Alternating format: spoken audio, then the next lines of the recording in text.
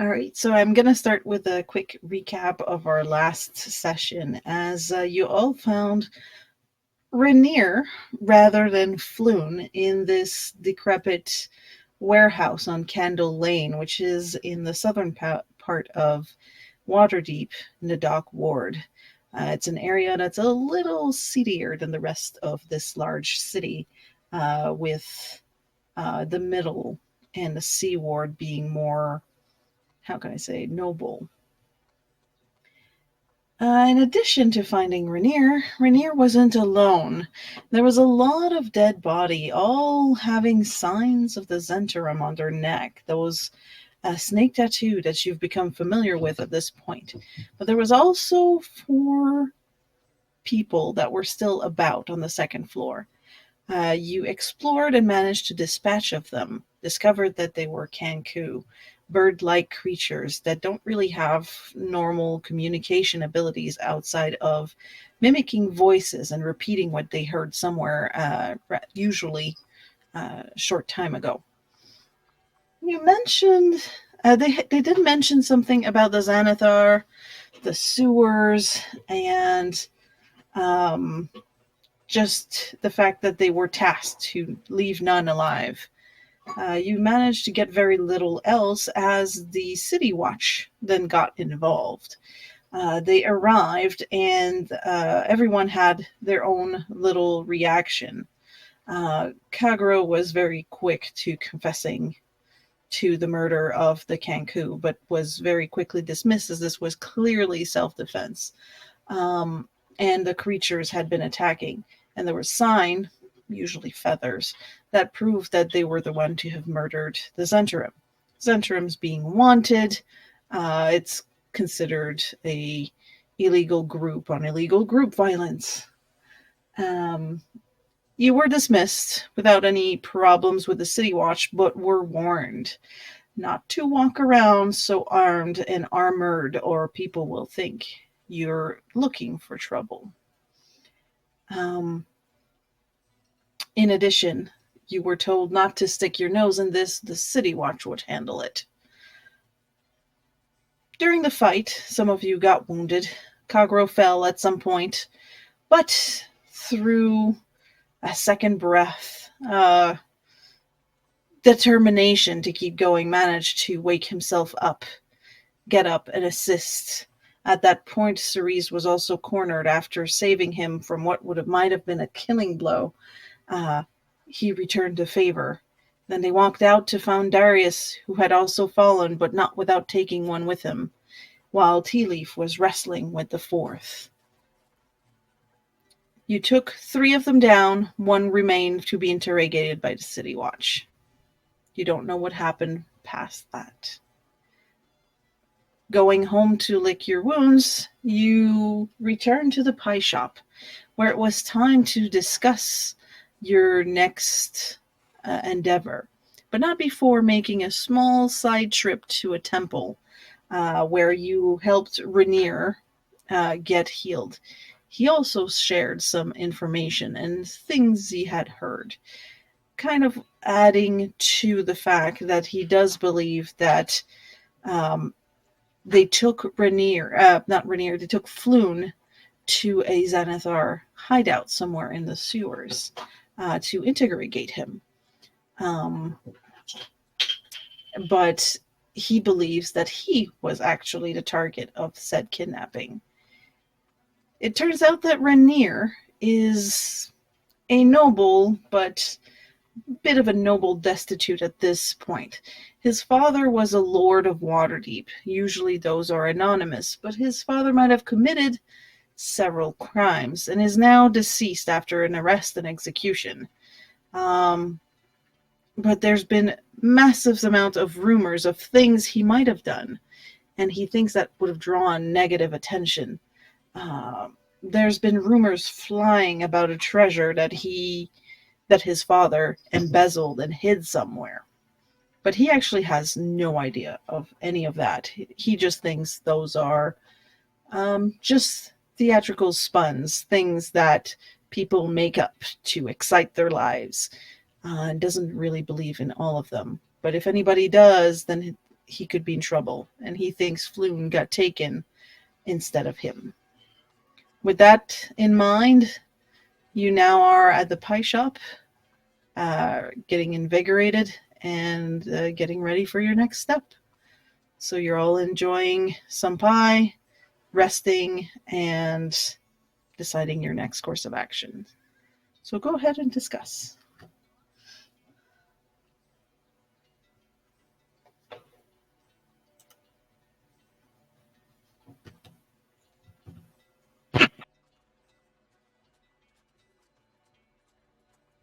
Well, where do we go from here exactly?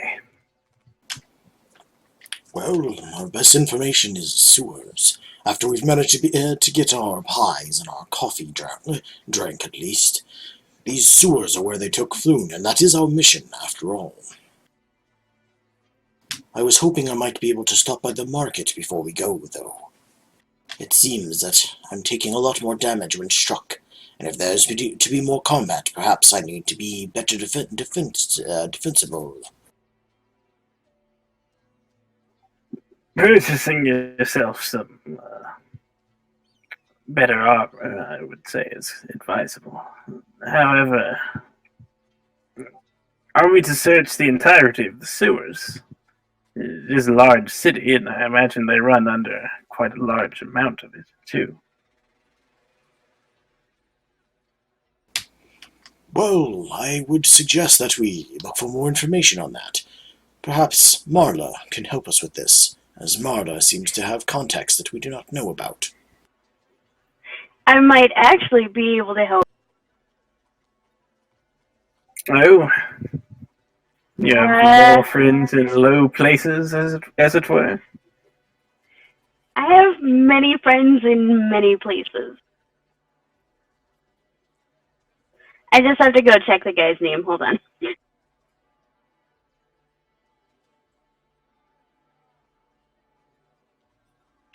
Are you talking about the one that showed up at the troll fight? Yes, Crank. That's right. Yes, I think we can track him down and have him take us to that one place where we can get more information. Well, then that sounds like a plan to me. I believe that we should do that indeed. Whoever this is, did you say Crank? Did you just call him Crayon? I said Crank. Still very far away. Crunk? No. This is another flirt argument. It doesn't really matter. Probably better that you don't know his name for your sake, my sake, not so much his sake. Well, so long as he's intimate with the sewers. Good, so we will find Krong to go to find Flung.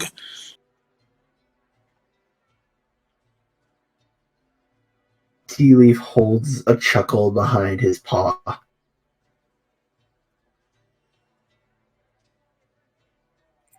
This friend of yours, then, where shall we find him? That's an excellent question. Do I know where I would find him again, or do I know someone who could go find him for us? Well, from what you personally know, you know there's a messaging system for the group, whether you would use either a paper bird, an animal sending, or sending. And there's offices all along the dock wards that you can use to convey such message. Usually they have ravens and rats. Let's go with a rat. And then I'd like him to meet us, but I'd like him to not meet us at Cerise's pie shop. So a third-party location. So are you taking the rest of the group with you to send a message, or are you doing like a I'll be right back type of thing? I'm gonna go with I'll be right back. And where would you request said meeting? Given you're the one sending the request, you can basically set it anywhere. I know I've got a couple places in my safe.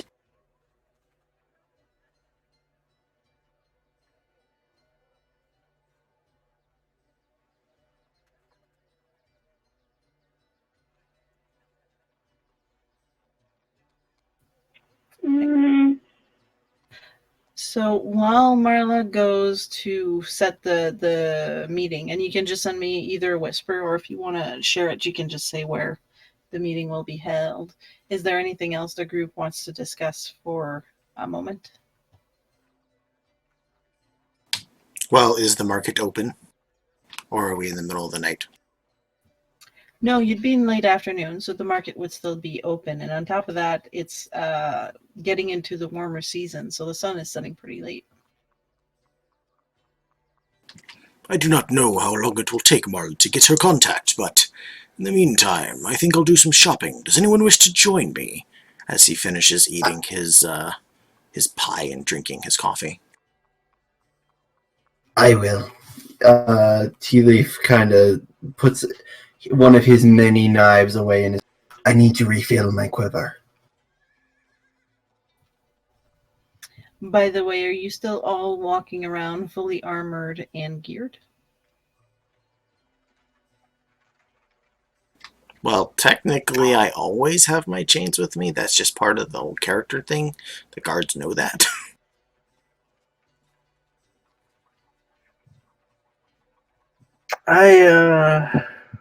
I'll switch back to my tunic and short sword, and I'll just stuff my armor into a sack or a bag or something if I can get one. TeaLeaf is probably carrying his armor around in a similar fashion and has his bow awkwardly, like, either hidden in the bag or under his cloak, like slung in reverse so that only the string is over his chest and that the actual bow part is hidden under his cloak. Okay.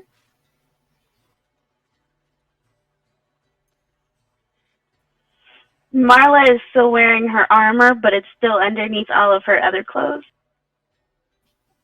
Okay, yeah, I don't think you have any big weapons either. I do have a bow and arrow and a short bow, or not a short bow. I do have a short bow, but I can wear it. Okay, so you have your bow that would still be around. And how about Cerise? To go to the market, I don't think I'd wear everything. But then again, we haven't had some crappy luck lately. And my weapon's only a rolling pin, which doesn't really look like a weapon. True, that works pretty well for that. Assuming you're not, I can't imagine Cerise doing that, but like walking around tapping it in your hand. Oh God, no. Like, I'm just looking for a beatdown. No. Walking around with a blood-stained rolling pin. Do you know that when you're not carrying it, you also have the option of having it in your backpack for all of any equipment? That's true. That makes sense. Things like battle axes aside, obviously. Right.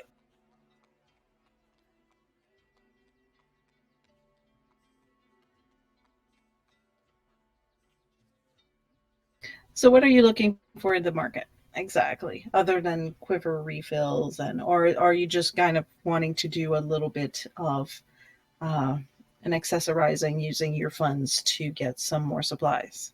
Mostly Kag-Ro, as he said, is looking for an armor upgrade, so he's going to try to move into an actual more proper armor than the loose whatever it is that he's currently wearing.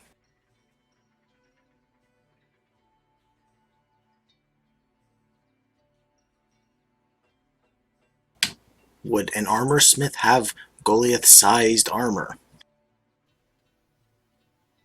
Yes, actually.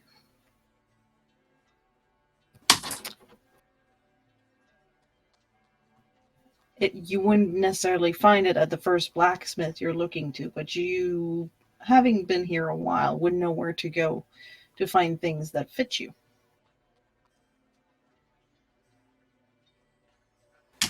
Okay, then he's going to go to said place and talk to the person there and get himself a brand new set of scale mail.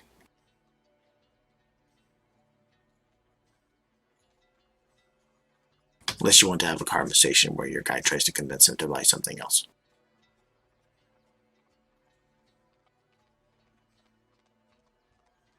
You should buy half plate, obviously. I don't have that much money. Well, I mean, considering the amount of perfection it will offer, it's quite the steal. You could take out a loan, perhaps. Was that a pun? Yes, I would like to see Kag-Ro attempt to barter a half plate to 100 gold instead of 400.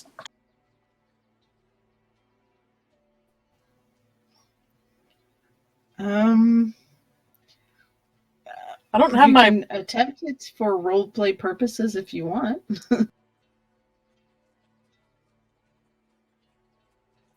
I don't have my persuasion plus 10 in this game. There isn't a merchant who's gonna just sell something for I know, that's pretty a quarter of the price. You'd have to, like, I don't even know what you'd have to do to make somebody do that. Like, save their life or something? I don't know. Do you have children? I could come to one of their birthday parties.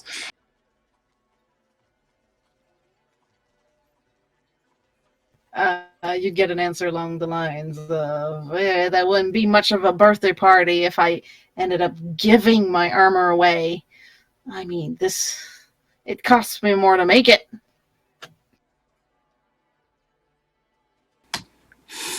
Very well, clearly you have made up your mind, but I will still take the finest scaled armor that you have.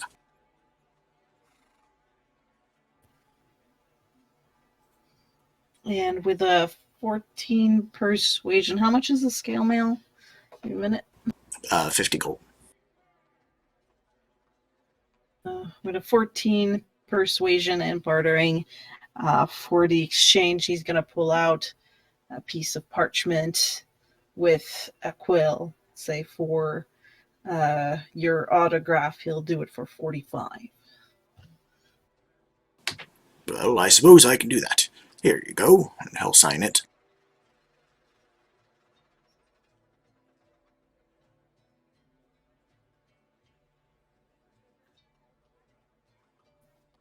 So you have your scale mail, which you would have to put in your bag or go somewhere comfortable to don it, because armor is not something that's quick to put on.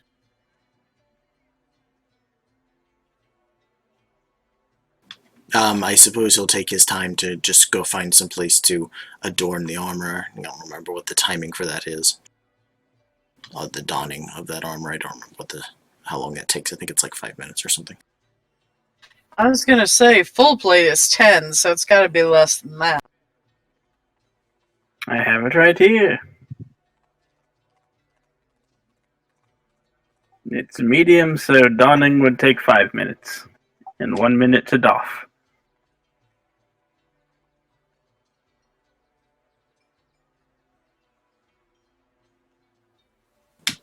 Okay. For right now, it's not very fancy. It's pretty basic looking, but he's just make sure it's fitting and fitting snugly and comfortably, and he moves around a bit in it and then comes back out to the others. So, what do you think? Do I look like a proper warrior now? It's very nice, Kag-Ro. The spitting image, like a shark encased in all that armor. Very Do good. sharks wear armor? Very, very small, yes. I'd like to see a shark in armor. By the way, TeaLeaf, as you are purchasing your arrows as well, were you bartering for them, and how many are you getting? I want my quiver pretty much as full as it's going to get, and I'll see if I can get a discount. I'm sure, like, I frequent a lot of these places, so I need to roll up persuasion, please. roll. Nope. No, the person who you're trying to get your quiver to is this little lady, and she'll be along the lines of the last rabbit you brought me. A young feline happened to be diseased. My family was sick for 2 days. There's definitely not going to be any discount today. You're lucky I'm not surcharging you. I'm terribly sorry, miss. I was not aware. I will pay full price.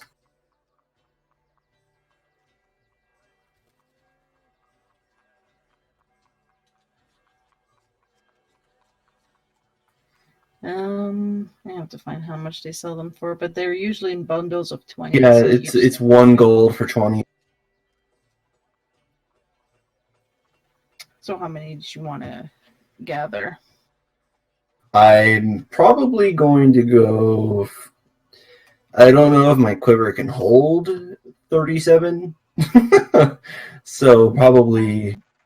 Your quiver can usually hold 20 at a time, but you can put some spares in your pack. And That I will do then. I'm going to buy 10. Okay, perfect. So that's 5 silver for. I'm going to have to make a change. Hang on.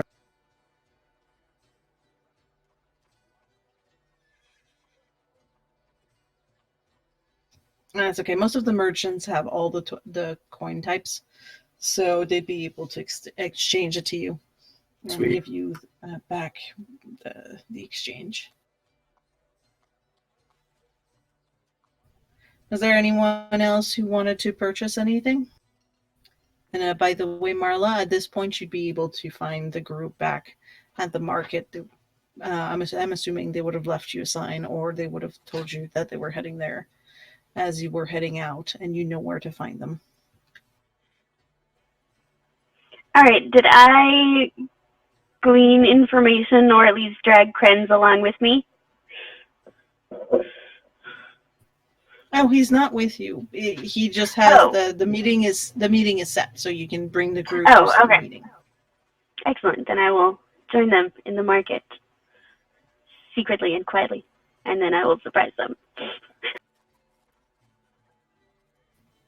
Do a stealth roll.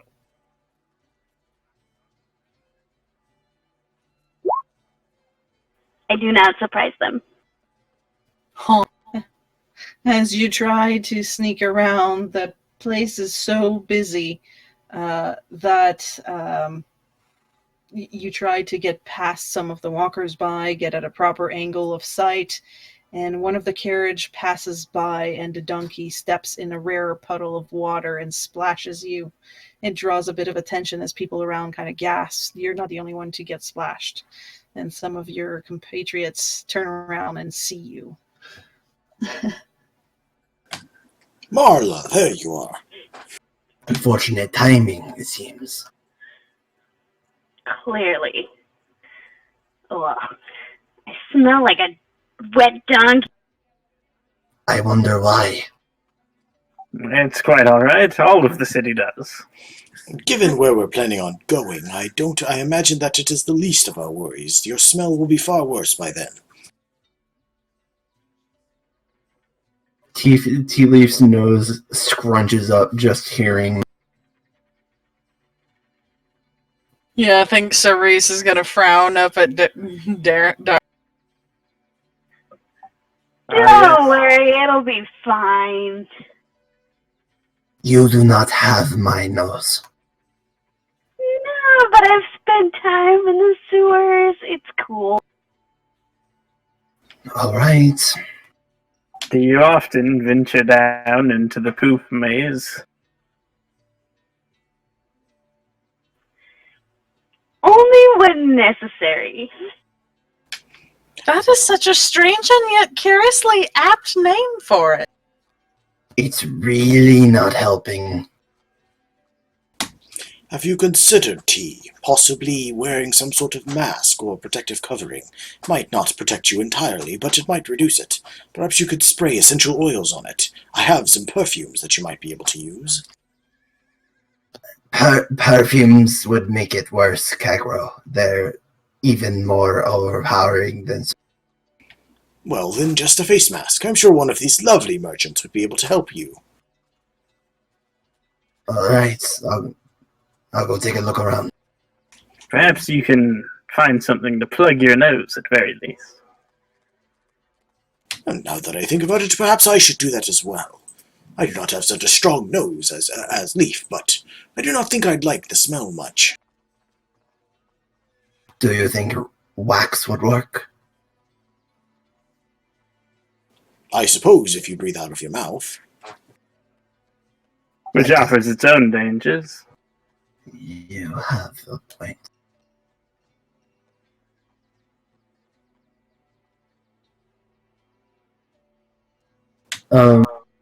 Sorry.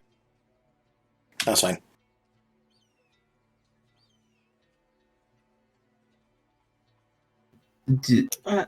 Sorry. Go ahead.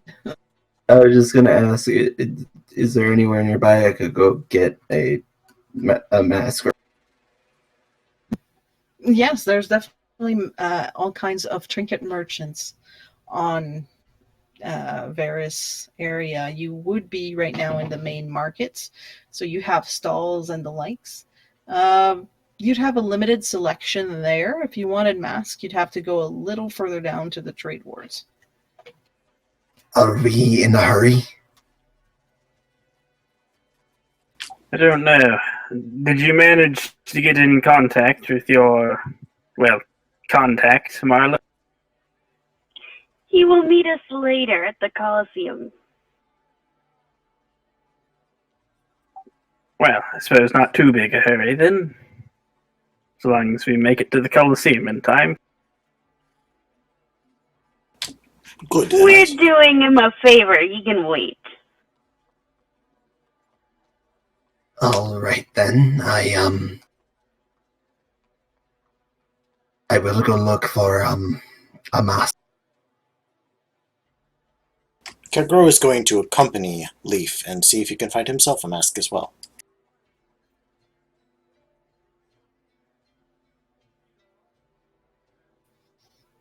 So are you guys are splitting, and Kag-Ro and Leaf are heading to the trades ward? I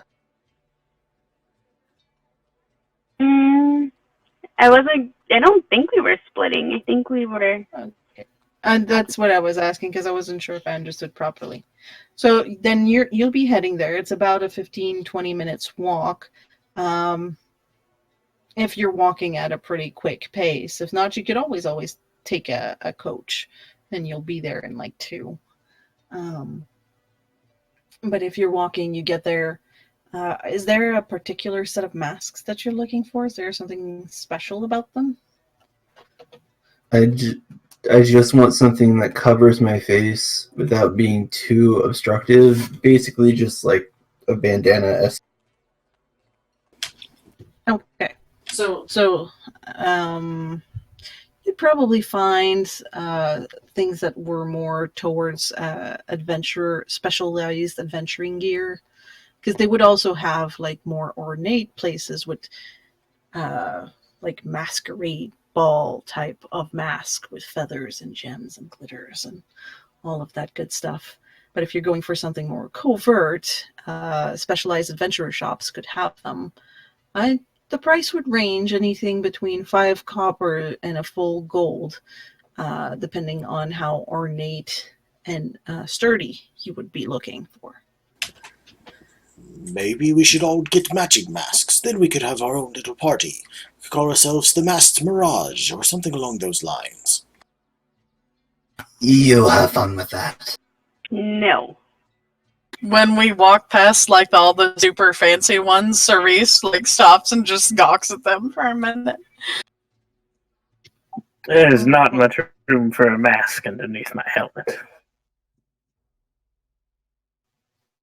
Cerise would have plenty of opportunity to do that because these places would have a nice, like, windowed storefronts where some of them would be nicely exposed.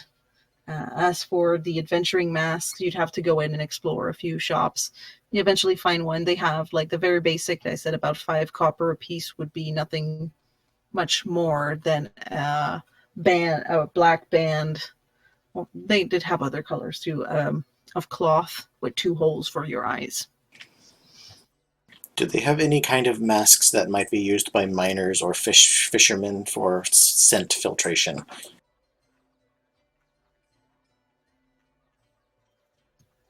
How do they have that kind of technology at this point? Do they have plague doctor masks? Yes, that they would have. That would be in the more expensive versions of them.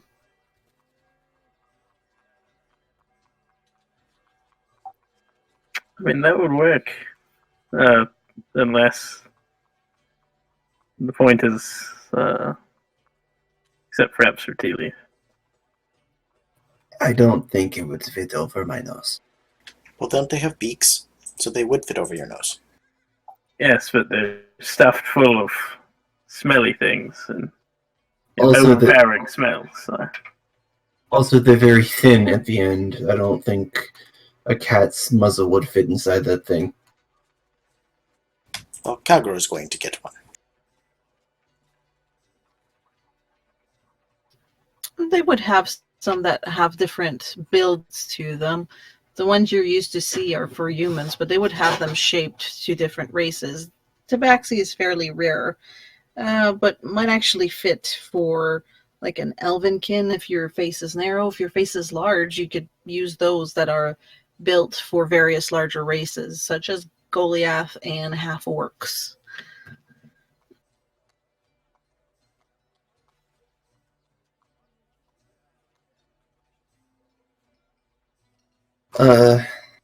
Yeah. Like, I'm not looking for something terribly ornate. I do want something durable. Because there is a good chance that TeaLeaf could get use out of a mask in the future. So, but you wanted the mask to help you tolerate smells. Is that what you were saying? Yeah, I basically, I don't need, yeah. Okay. You're going to be told to consult an enchanting person who could probably fix some kind of I can't say that word. Prestidigitation. Prestidigitation. Yeah, no, I can't. I've tried. In the mask and make it like a permanent effect and give it an odor that you would smell instead of the rest of the town. How much would this cost me? For such a simple one, and it's not something that would alter the smell so that you could filter them out, but instead give you a permanent smell so you could smell fish all the time type of thing. I would say no more than 5 silver for the enchantment. The thing is, it would take 24 hours. Time we don't have. Do they just have stuff like niqab? Do you like what? Niqab? They're like the little facial wrappings they use in like Arabia and stuff like that. Oh, that's part of them. They would have different ones that would be like to have the upper face that would look a little bit like some kind of forest creature. So you could have little like hints of maybe like an owl bear or something like that. I basically I'm really sorry I'm holding it up. I'll just take whatever they have that's thick but has my eyes completely like visible. Like I can actually see through it without a... Okay. And once you have that, you can pick whatever color. You can just write it down, and you can just send it to the enchanter. I mean, you can't have it for right now, obviously, but you could pick it up on the next day for the rest of this adventure. So, entirely up to you. If we're going to be doing a lot of sewer trucking, I might as well get it enchanted. So sure.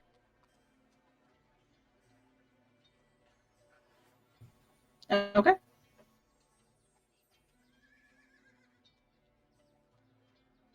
I am really sorry I held you guys up. Sorry. No, it's fine. So Kag-Ro will outfit himself with his nice mask. I already removed it. I think you said that the expensive ones were 1 gold, so I removed that and such, and it will be perfectly ready. And he's going to have a little echo, which I can't do, so we're just going to have to accept that because of the way that the mask is muffled.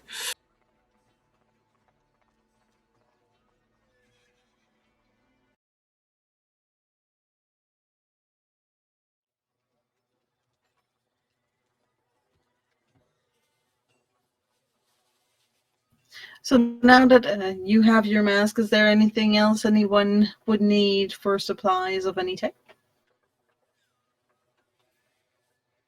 I think Kag-Ro has everything he needs for the time being. All would seem to be well.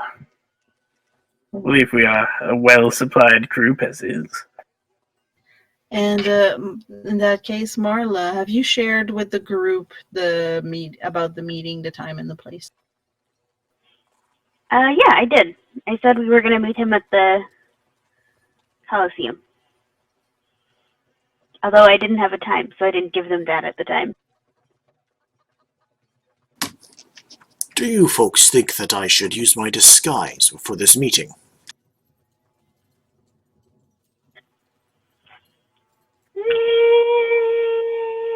Unnecessary, but if you'd actually like to participate in the conversation, yeah. Oh, what would you recommend? You're a shady type. What should I look like?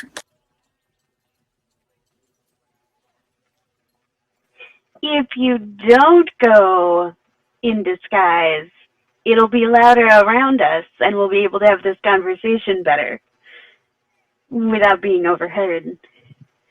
If you are in disguise, then you can participate in said conversation instead. Well, I was planning on trying to participate if possible, but again, I need to have an idea of what I should look like. I mean, it's quite a performance. I have to create a character so that I can be believable.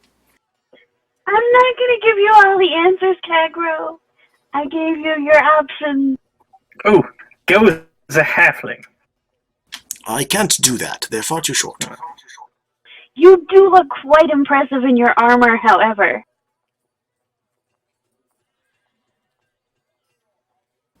Well, I suppose I am wearing the mask. It might be harder to identify me, though. I don't imagine there's many of my types around.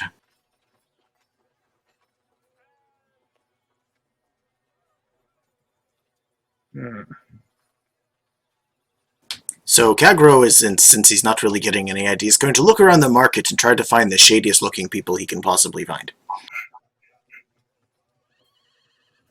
Aside from Marla. Yes, aside from Marla. Could you potentially make yourself into a very, very tall halfling? Wouldn't that basically be a human? By persona, you're right. You're nothing like the many-handed, thank you.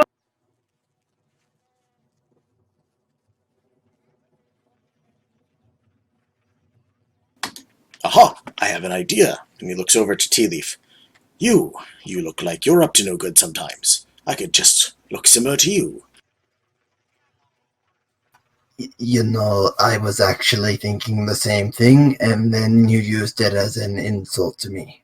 But Too late, he casts it on himself, and he turns himself into a black Tabaxi, who is 7 feet tall.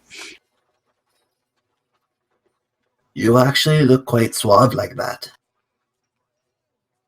I guess he's going to be wearing, like, dark assassin-y like armor, just because he's... might be a little over-the-top assassin-y, because he's theatrical. Uh, quite shady looking. I've heard cats are well known for being killers. When you say overly assassiny, do you mean like a big black cloak covering most of you, or are you in fancy leathers with basically daggers and pointy metal out of everything? Well, he would probably go with a very big cloak and a hood, and then under the armor there might be some, or under the cloak there might be like some appearance of having many weapons and like all sorts of little pockets and everything. His under the cloak would be very much of a caricature of what assassins look like, as he's only really encountered them when it comes to his wrestling matches. Mostly buckles. Now, let's see if I can do a voice.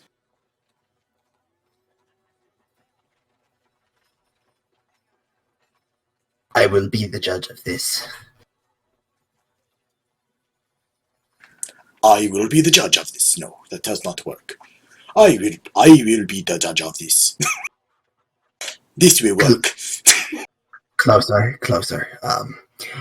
Add a bit more of a roll to your R's. I will be judge of this, there. It's fine. Don't worry about it. It's fine. Practically spot on. Excellent. I am doing well then. Yes. Yes, sure. You're doing fine. Although, to be fair, you do all rather sound the same to me. Yes. Yes. I think we all sound the same. I am going to pretend that I did not hear that.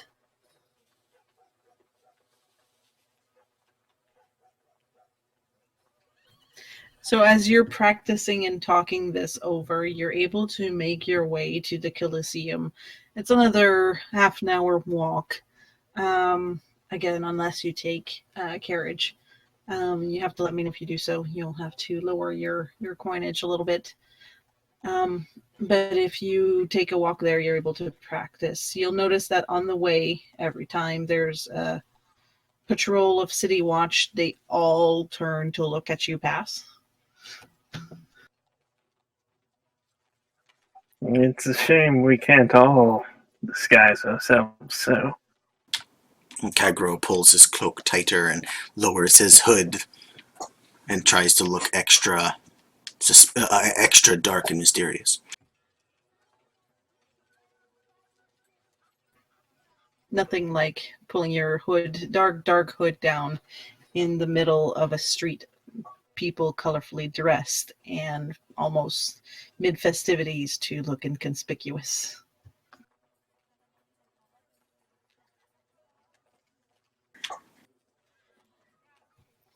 As you make your way to the Colosseum, most of you will not notice anything, but Marla, you'll notice a series of click and tap that are just repeating in sequence, and you're able to find yourself. The Colosseum is not completely smooth, so it has like these little window towers on the side, and next to one of them, Krentz is there waiting for you.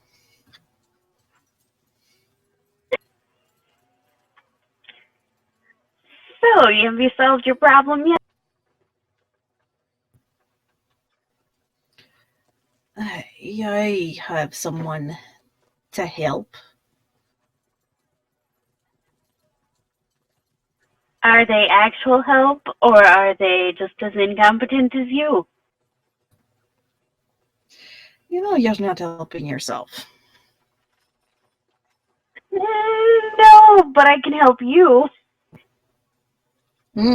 It's better be good. The only way I'd have this is because you have an obligation. The others, I have to pay.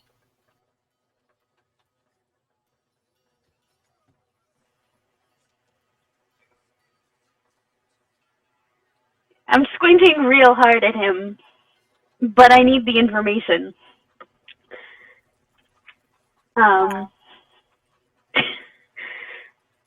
So how about we just go in and take care of your problem, get the information you need, get the information we need, and all will be well. I'm not going there.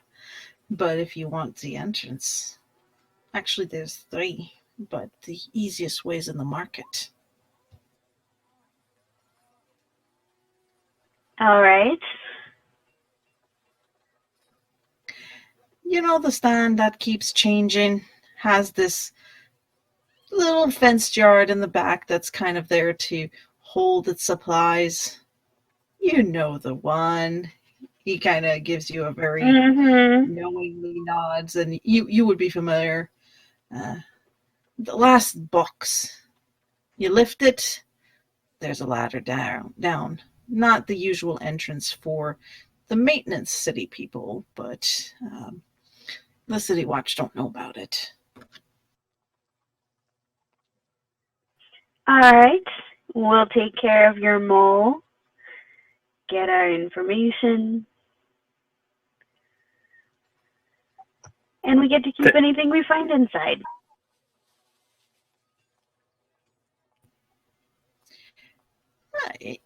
You should be fine. You know how to get your way. You know how to find the right place from there. I do. Out of character, this was the yellow painting or bricks on the wall, right? Yes, the yellow eyes. All right.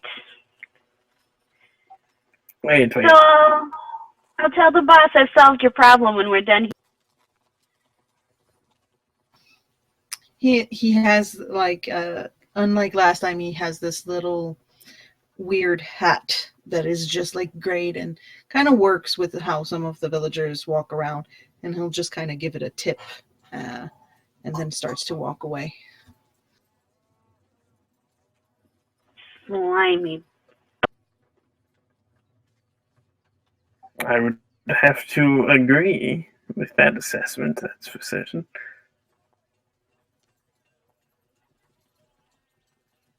Sounded rather like you volunteered us for something. Trust me, we'll get the information we need. They'll probably know where we need to go. I'll solve my problem. You solve your problem. Well, Isn't it kind of our problem? well, yes. That one's just like really far down on my list of problems. Perhaps you should consider not having so many.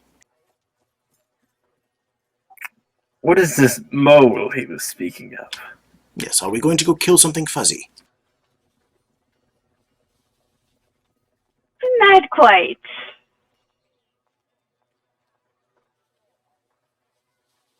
I don't like this, Marla. Yes. It has dirty written all over it. So, it might be best if you explain why we're going to stop this person, thing, creature, aside from information. What has they done? What is their crime? I mean, I am a murderer, but as a murderer, I would rather be murdering only the evil ones. I know for a fact that the place where we're going will have a Zentarum operative, and we will be able to get information about where the rest of the Zentarum are and where they would keep someone like Floon. That is enough for me. I could definitely stop the Zentarum. They've caused me quite a bit of trouble as well. Alright, let's go. But this friend of yours, what's his interest in stopping them?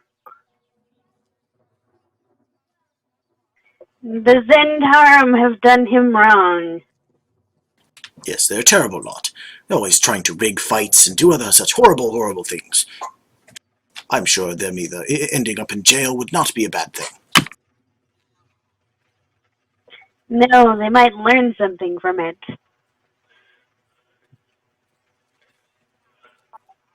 Well, I suppose that eliminating one evil, even if it is at the behest of another, the world still ends up with one less evil. Are you calling me or Kren's evil? I did not say that directly about anyone. I was simply insinuating that your friend was very vague, and you also are very vague, and so if it should turn out that your compatriot, who gave you this information, should be a less than upstanding individual, at very least, we won't be harming any innocents in this task.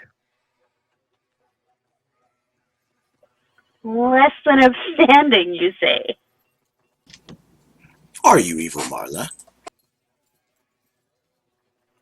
No. Are you sure you're not evil? Yes.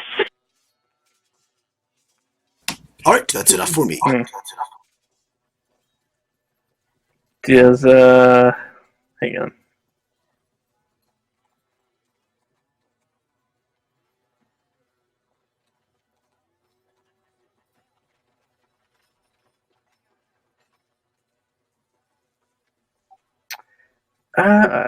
I would like to use something. If I can figure out how to make it pop. Does she smell evil? Although I guess it'd just be the general area, but still. There's been a lot of debate on this spell. It does not give you the person's alignment. That spell does not allow you to smell if somebody is evil or not. It specifies later on that you know the location of any celestial fiend or undead. She does not have any scent of those on her. Like necromancers may actually have that lingering, or you can flavor it along those lines. Right, that's good enough for me, still. I suppose she can't be that evil. She doesn't smell exceedingly evil. What does evil smell like? What does evil smell like? Exceedingly evil.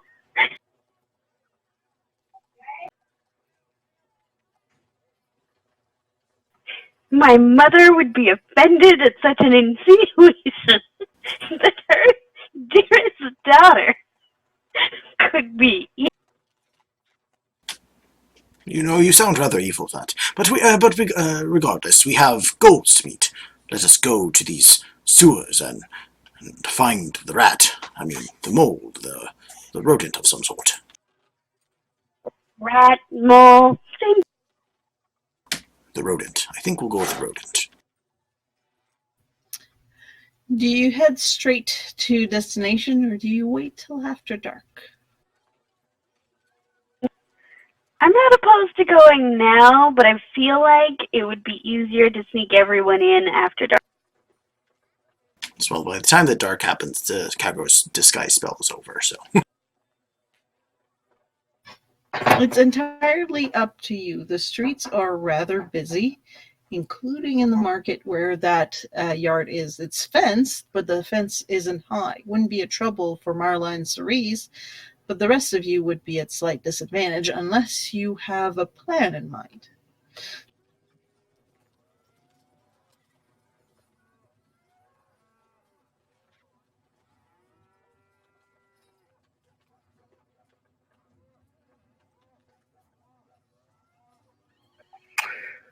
Well,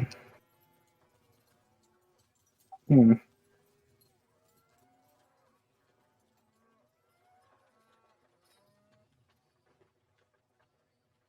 plan for how we are going to Sneak into the place one way or another. Or you could just walk in through the fence and see if ever anyone noticed. That's always an option. Well, if we could scope the place out a bit, I might be able to come up with a plan on the fly. And now that Kag-Ro can wear whatever face he wants whenever he wants, it shouldn't be too difficult. Is this like a off the beaten path kind of fence that like not a lot of people would be paying attention to, only the people who should be there? Not really. It's just that the yard is a little secluded, and during busy time, it's not something that is overly concealed. People don't pay attention to it very much.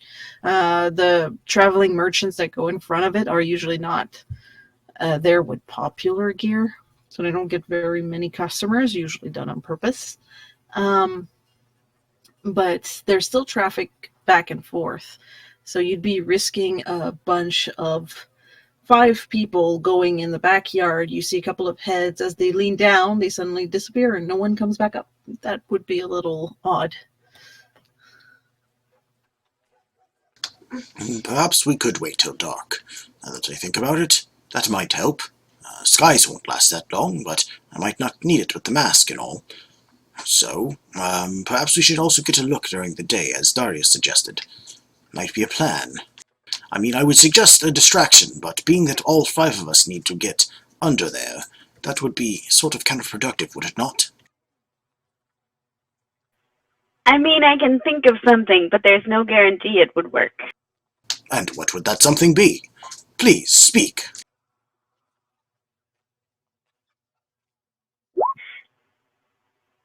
I'm not sure that you would all agree that it is necessarily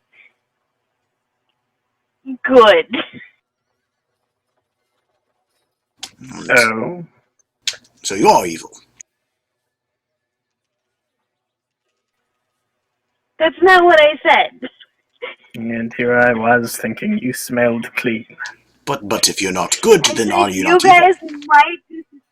I said you guys might disagree that it is good. Not that it wasn't good in the long.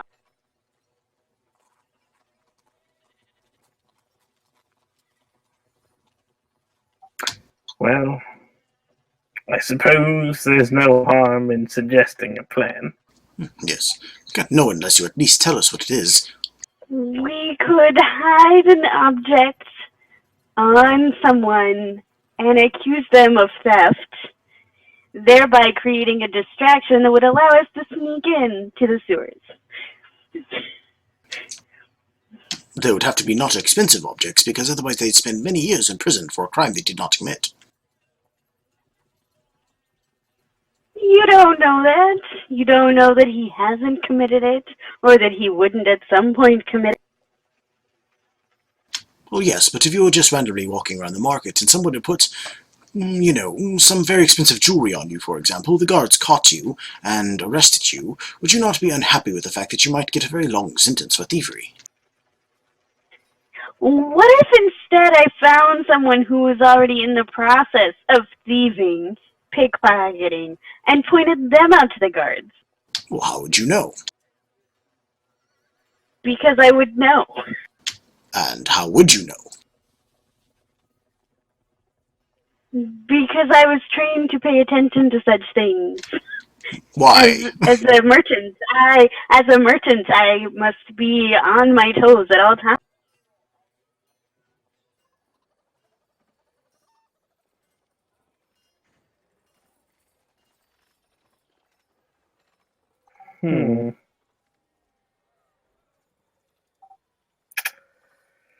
Well, I do have one idea.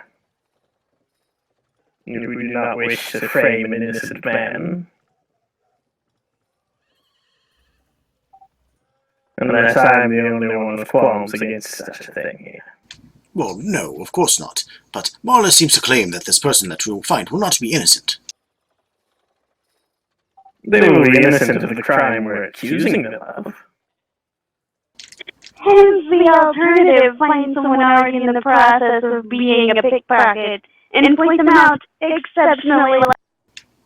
Well, if with that, I can sort of see the logic in that. I mean, even if they weren't good, they'd be put away for the crimes that they did commit. I'm sure they committed other crimes, yes?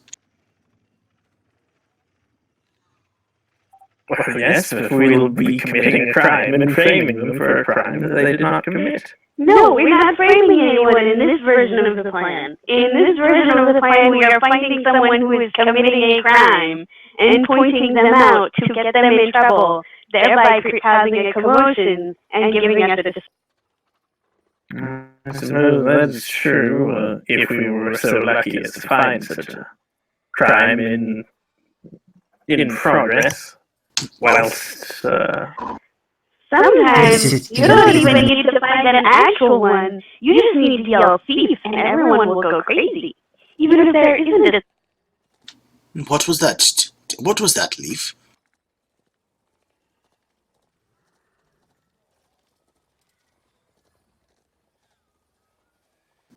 Kag-Ro looks over to Leaf, thinking he said something. In a city with this many people, there will be someone we can point fingers at.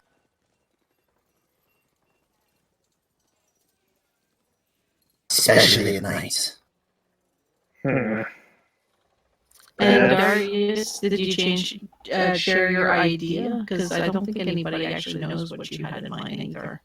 No, but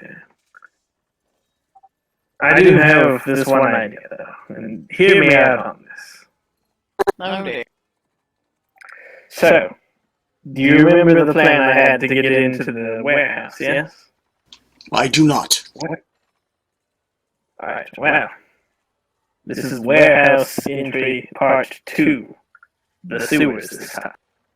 We get a box, yes? And we put Marla inside of the box. And we sneak her and the box into this, into the sewers, yes? And we mark it with the symbol of Enter. That, and they will carry it back to their lair in the sewers. And what about the rest of us? What if we have a series of boxes of varying sizes? There's a mathematical problem here. Eventually there will be not enough people for the boxes. I could carry every single one of you, yes, but in the end I would be standing all alone, and there'd be no box for me. We will cut holes in the boxes, 2 in the bottom for our legs. That way we might move on our own. And when they come to pick up the boxes, we simply retract our legs back inside. I do not think this plan will work for this instance exactly. So I'm thinking either we wait till dark, or, well, perhaps we try Marla's plan. Cerise, do you have any ideas?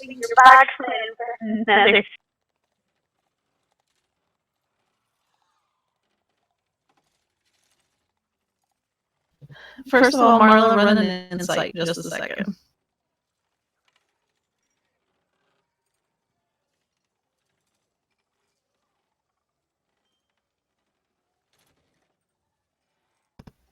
Never mind. No, you don't get any clue onto any outcomes for these ideas other than what you could pull out of sheer common sense.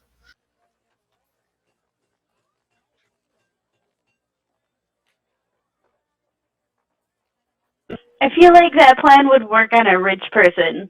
Maybe not on a sewer, but on a rich person, that plan would work. What if we had one of us disguised as a box delivery man? Or woman? You know, speaking of disguises, and he looks to Leaf. Oh, sorry. I was actually on the same page as you. You have your disguised self now. Perhaps you could step into the crowd. Just go along with Marla's idea of shouting thief. Then throw your disguise away and meet us back here. No one will know it was you. Well, that would work as long as nobody sees me transform. But I was thinking of disguises. Is there some sort of maintenance people that work in the sewers, or anything of the sort? Cleaning folks. I mean, there's fishmongers. Must be people who clean the sewers, yes? Being who you are, you wouldn't tend to those, but people who live here, Marla, Cerise, given you had your own homes here, you would know very easily that every morning and every night there's people who go down and clean the sewers. They wouldn't take a covert entry, but you would be able to go in through the sewers through one of the main grates as well if you could do that. That's definitely another option. There are people working in the town. to do such job. There's actually a guild for it.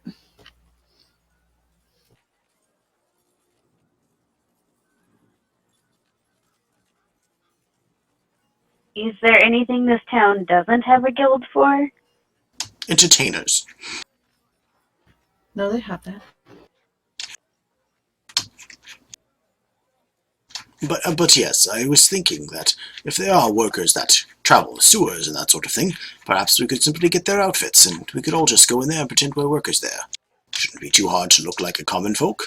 And with me being the most obvious, aside from Leaf, and Darius, well, I suppose. But still, we could at least do something to bring us in. Also, Cerise and Marla are small, so perhaps they wouldn't need a disguise.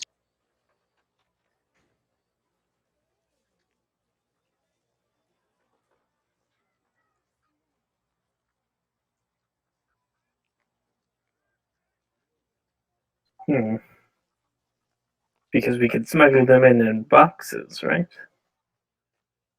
I suppose if you really wanted to do the boxes, we could put them in boxes and pretend it's our cleaning supplies, but it seems like an unnecessary step. I suppose you're right. How would they react, though? I imagine the layer underneath the sewers must be frequented by these sewer workers at some point in time. Is there not, could they not perhaps have some sort of arrangement with them already? Other questions.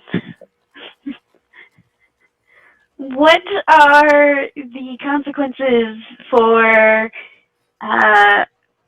disguising oneself as a member of the Dung Sweepers Guild, which I'm pretty sure is one of the ones with a little bit of pull in the city?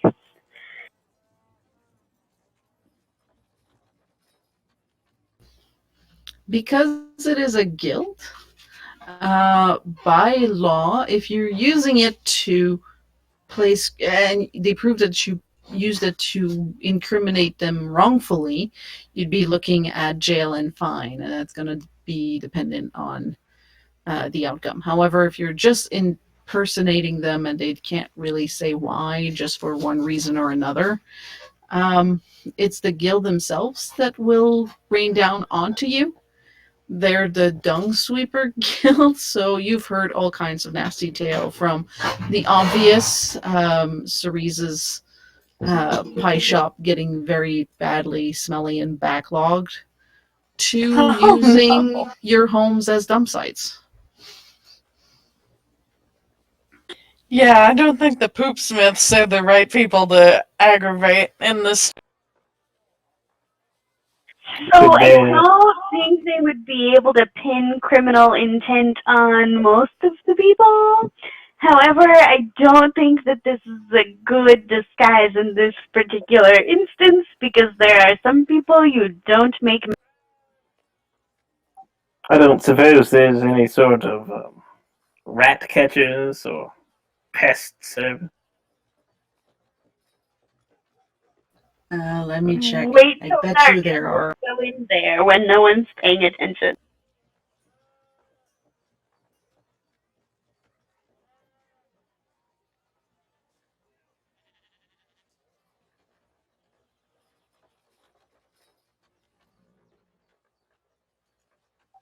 Well, I suppose our greatest concern is people see us and they say, why is that giant fish cat and those two short women going into the sewers?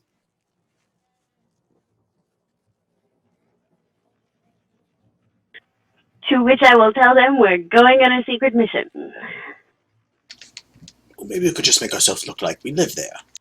There's sewer people. There are people that live in your sewers. Fascinating. Well, I don't know if there are. I'm just asking. Marla, do you happen to know of any sewer people? That friend was a sewer person, right? That's why he was so interested in the sewers, yes? That's a complicated answer that I'm not sure I want to give you. So there are some But people. it is used by many people in the seedy underbelly of Waterdeep.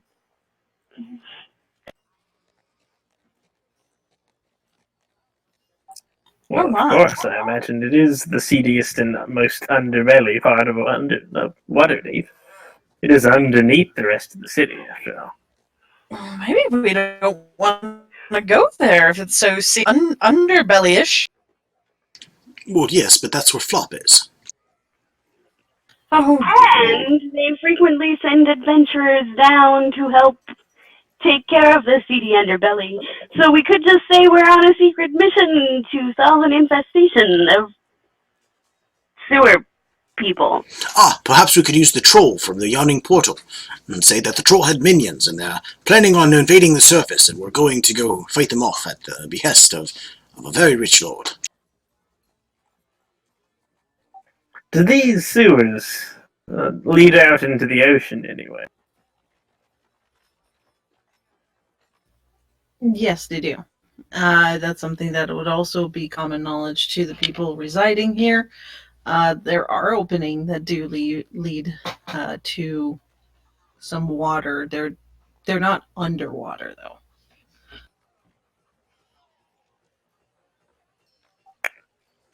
Well, I imagine there are many creatures that could use any such an entrance into the city to attempt to move about. Things with less than pure intentions. Shoggen, perhaps.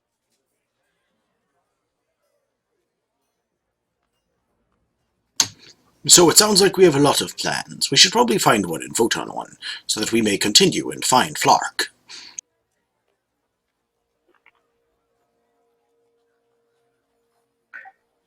Well, it seems the most straightforward and simple of our plans is to enter the sewers when no one's looking.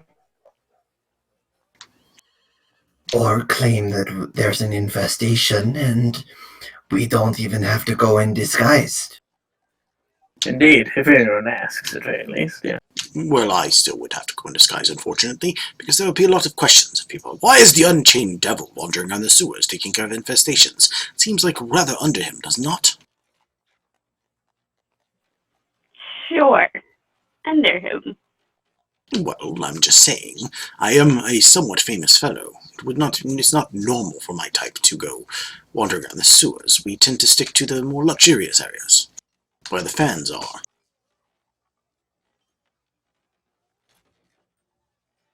That's fair.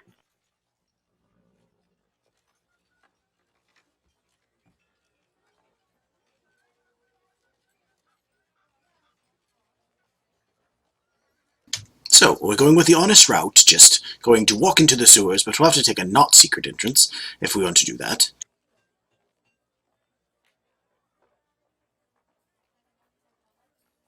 We might have to get some clearance first. What do you think, Marla? You're the one who knows the most about these kinds. I think it will draw the least amount of attention to us.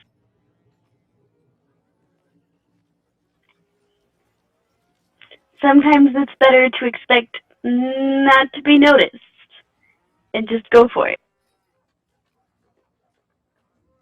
And I think that if we go with a plan that's knowing how people react, they probably will look the other way, just thinking we're a bunch of.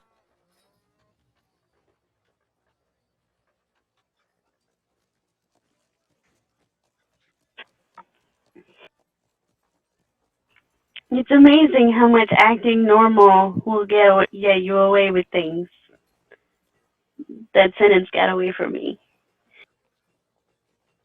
What say you three? You've been awfully quiet for a while.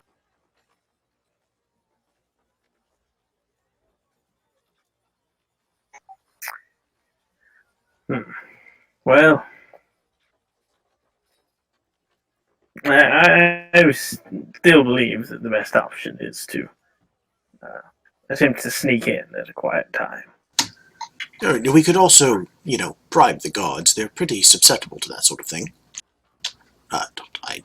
As I said, I deal with this sort of shady thing in my industry. Frequently, bribes do work. It probably wouldn't cost us too much. I don't know. The last time we tried to bribe someone, they said we were trying to bribe them, and it got even worse. And he looks over at Marla.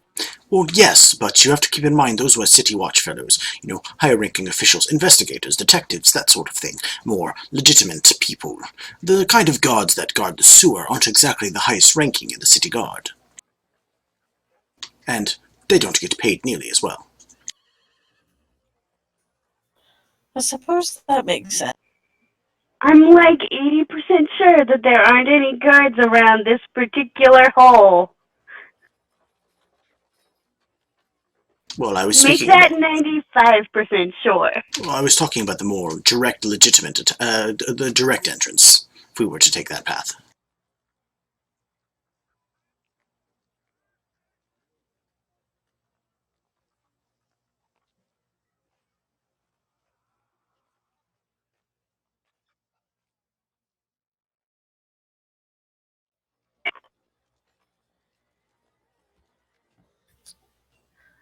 So, which path is the group taking?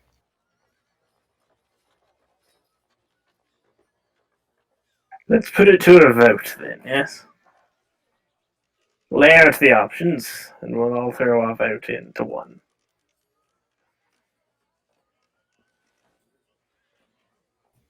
Okay, as you're putting this up, the first option would be waiting till dark. All for waiting till dark, say aye. Do we get more than one vote? No, to keep it simple. Alright, well, so all three of the options would be waiting till dark. What are the other two? I mean, I can't vote if I don't know the other two. Boxes. Oh, man, I should have... The hole behind the shady fence. Yes. In broad daylight. Using thieving as a distraction. I don't even know that we need a distraction for this one, but if necessary, yes. Okay, so Marla, are you voting for the pickpocket? So that's one vote for the pickpocket. Sure. Entering through the main sewer gate as adventurers, bribing yourself in. Aye.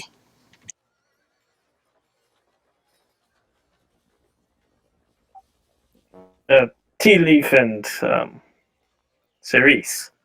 What have you two?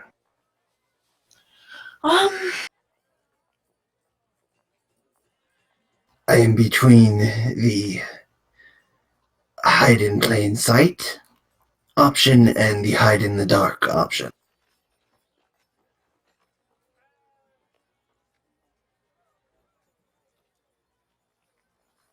Wait, I'm confused. Which ones are those?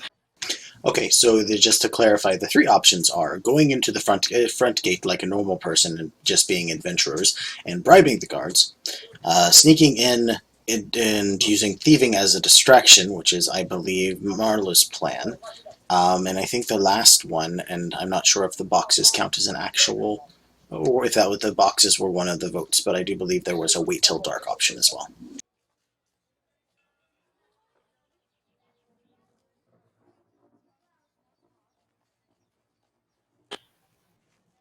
We have a hole that isn't the main hole, it sounded. Yes. Yes. I found it from my friends. Okay, and you said that there weren't guards around that? Yeah, the guards have no idea this hole exists. Then why are we not just going in through this hole? Because we might be noticed. Which is why we would do it at night. I don't think we would be noticed. I mean, the sewers are underground. The sewers have the same level of light during the night or the day. Yes. It's getting into the sewers that is the problem. At this point, is it night yet? We've been talking about We've it been for standing here, and right. There is that. The argument and this agreement, I could just sneak in a sunset. But no, you'd be around just a little after dinner time. Because it is late spring, very late spring into summer. Still quite bright out.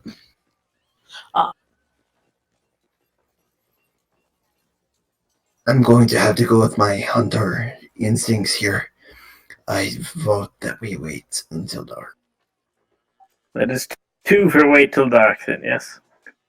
I suppose that makes the most sense if we're worried about being seen.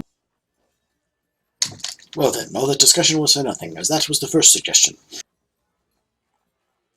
It was okay to discuss options. Alright, so wait till dark. I'm going to have to not be in my disguise anymore then, but that is okay with me. I have my mask. I think you should keep your disguise on, just to be safe. Well, I do have a limited amount of power, you know. I can't keep recasting it over and over again. What if I die and I have to do something like resurrect somebody or do something magical that's useful besides hiding myself? That is fair. Admittedly, I always do have my chains. They were very effective last time we got in trouble. Alright, so the group's able to spend some time, catch a little bit of foods instead of skipping your dinner meal, get as ready as you would like to be, and then darkness would fall around, again, most people don't keep time by the hour, but it would be around 10 o'clock. And it would be completely dark. The streets would be far more empty at that point, and people would start to head to bed. The market doesn't really have an inn extremely close, so it's not very busy.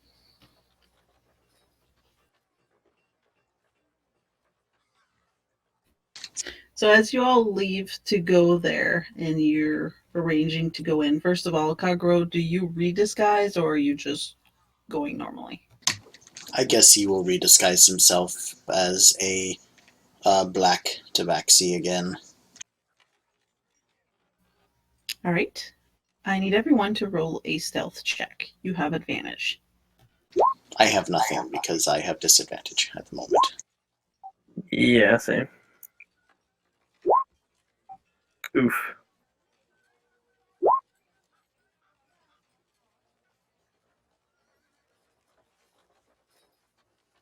Okay.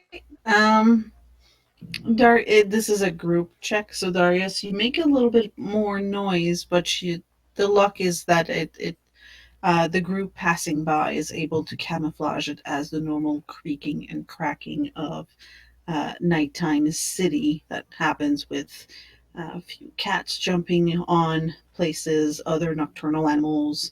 Maybe one of you hoots like an owl as you crack a plank in the ground, and you're able to make it to this entrance. And you lower yourself to the sewer. This part of the sewer is not obviously the most well perfumed place, but it's not nearly as overwhelming as you would have expected it. It's actually rather dry where you stand. Everything is very cobblestone, extremely dark. So if you do not have dark vision right now, you see next to nothing. Should I lead the way? Can you see? I can see perfectly. Ah, well, one of Marla and Cerise. Usually hanging on the Kag-Ro, to be honest. Unless he tells her not to. No, he's not going to tell her not to, but he will attempt to light a candle. Don't normally come down here without some sort of light. That's in my inn. I was not expecting to be here. Kag-Ro, Okay, well, can your people see in the dark? you wouldn't be able to light a candle. That's not a check of any. Yeah, so Kag-Ro lights a candle. I don't have much else besides this, but maybe this will help. Where is Leaf? He's gonna look around to see if he can find him, since it's dark and he's the only one who can see. I'm over here. He shouts from the darkness. Well, not shouts. He mumbles from the darkness and kind of returns to the light at the very tip. Like at the edge of the light, you can see his.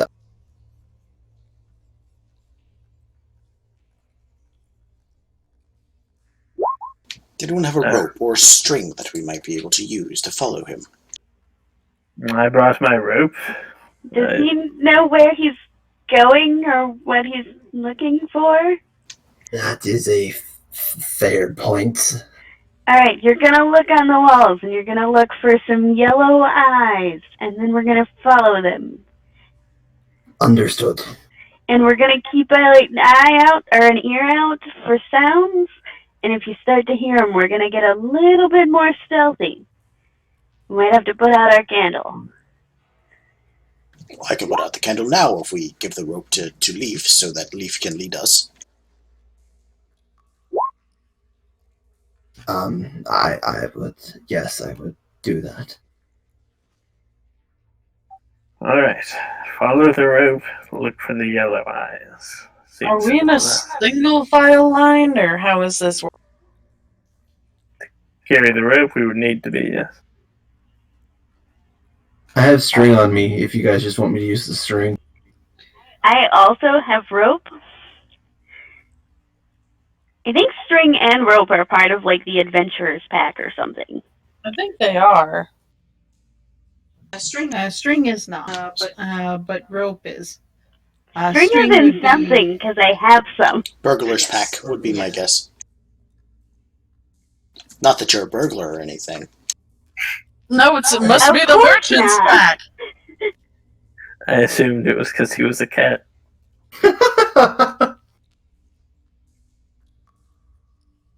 So we're going with the rope. He has a ball of yarn with him. Is that what you're saying? Yeah. Perhaps. I only have 10 feet of rope, though. Well, I think all of us can sit in single file and hold onto a piece of rope. Yeah, and even if you didn't do single file with the two short ladies, because you can share spaces, you'd be able to use the guys to basically hold on to. And at TeaLeaf, you'd be in front because of your dark vision. Is that correct? Yep. Okay. Then I need you. Do you know what you're looking for? Marla told me I'm looking for yellow eyes, golden eyes. Okay, so you got that. So do a perception check.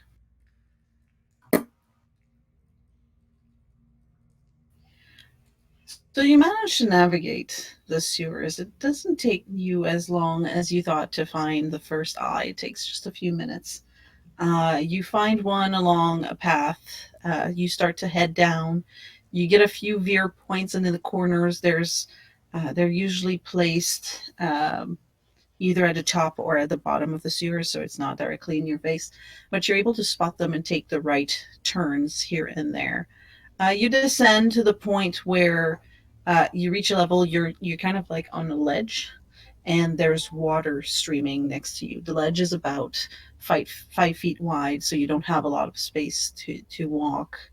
But you get by, and maybe half an hour into this walking path, you spot something on the ground at a distance, about 30 feet from you.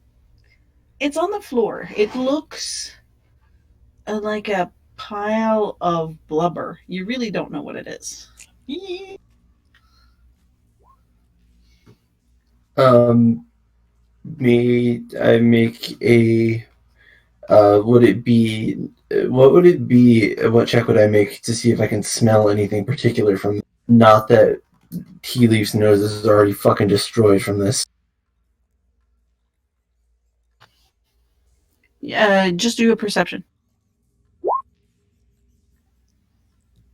With this, you are really not sure what you're smelling. There's something that's not coming from the sewer water, which at this point is getting more and more potent.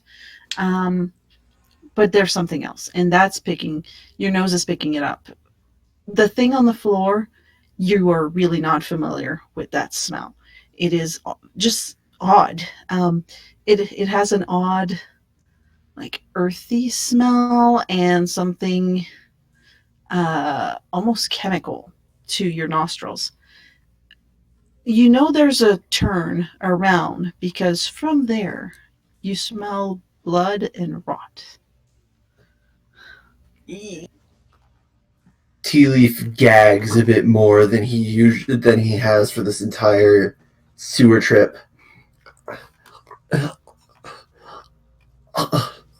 Something died up ahead. I'm sure many things have died up ahead. No, it smells bad. It's rotting. Is that why we So it's slowed? not a recent death? Come again. It's rotting, so it's not a recent death, yes? I would hope not, but there's blood. Marla, there's blood. There's something unidentifiable on the floor. Can I see your candle, Kag-Ro? Oh yes, he'll give you the candle. Alright, I'd like to go investigate the gross goop. I'd like to accompany her with a knife drawn. Kag-Ro looks to Cerise. Are they going to stab the goop? I guess there's no what am I trying to say? There's no such thing as being too careful, I guess. Okay, I've never encountered goop that is stab-worthy, but alright, I'll trust that at least Thief knows what he's doing. He does hunt rather often. Perhaps it is some particularly aggressive goop. It is extremely aggressive goop.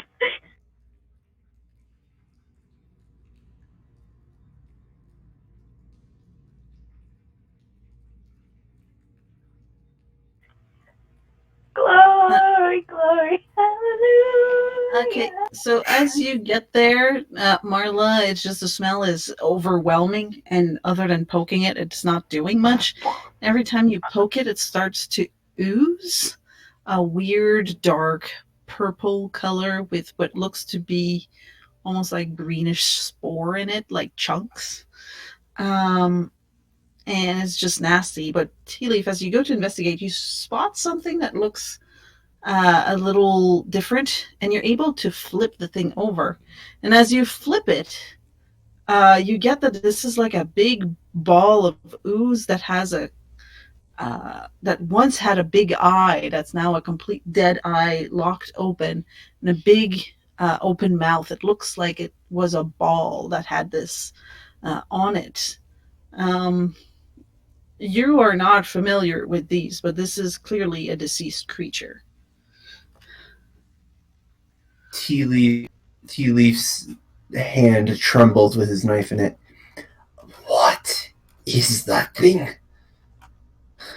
Everyone, come over here. You need to see this.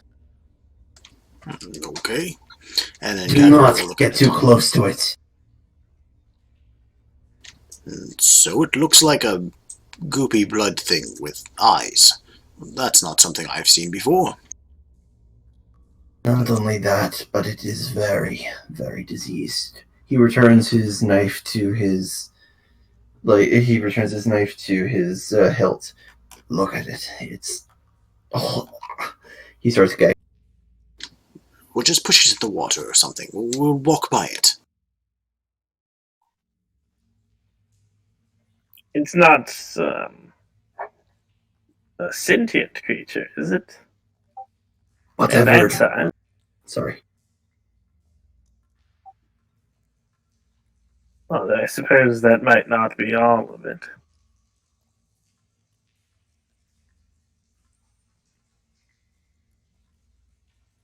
T leans down a little closer. He flinches away from the horrible scent and brings his knife out again and notices something in particular. What the hell? Something attacked this, or I think it was killed.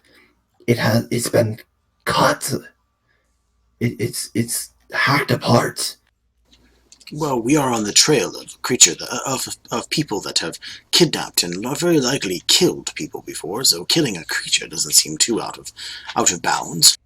Like I said, perhaps we should just push it over and continue on our way. At least we now know there's something down here I'm willing to fight. Kag-Ro, I am a hunter by trade. No creature looks like that. I don't know what that is, but I have a bad feeling about it. Whatever it is, it'll trouble us, and not in that state, for sure. Yes, Darius is quite right.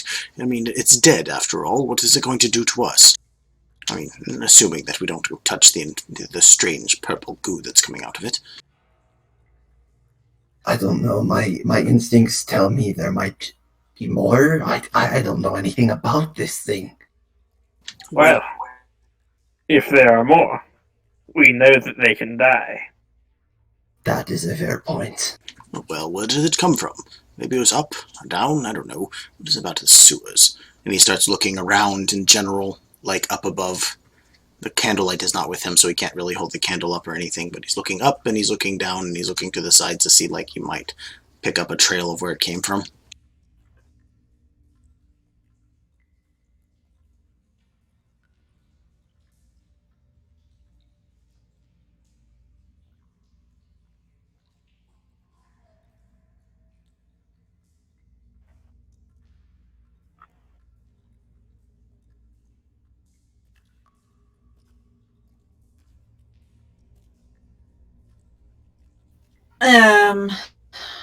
Like, are you just looking from where you're standing, or are you moving?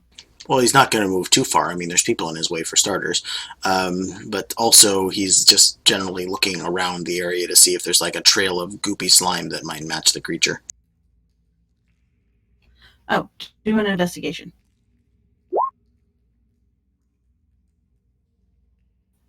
You have no idea. Oh, well, I'm not concerned about it. Again, move it out of the way. We have things to do. I mean, Flog is probably going to die if we're not careful. Must be quick. Indeed. With some of my new information, can I take a second look at the pile of goop?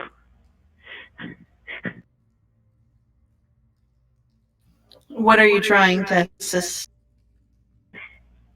Does it have any sort of signet rings in it, or signs that it might have once not been goop? It was noble goop. Indeed.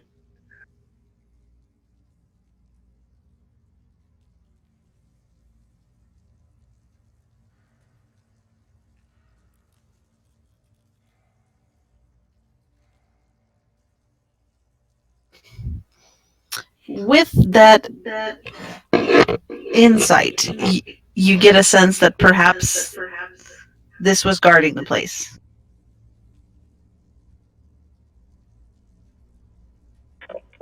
Are these people in the habit of keeping non-humanoid forms as guards, or did the guards somehow turn into goop? This looks like some sort of creature of its own. What are you implying?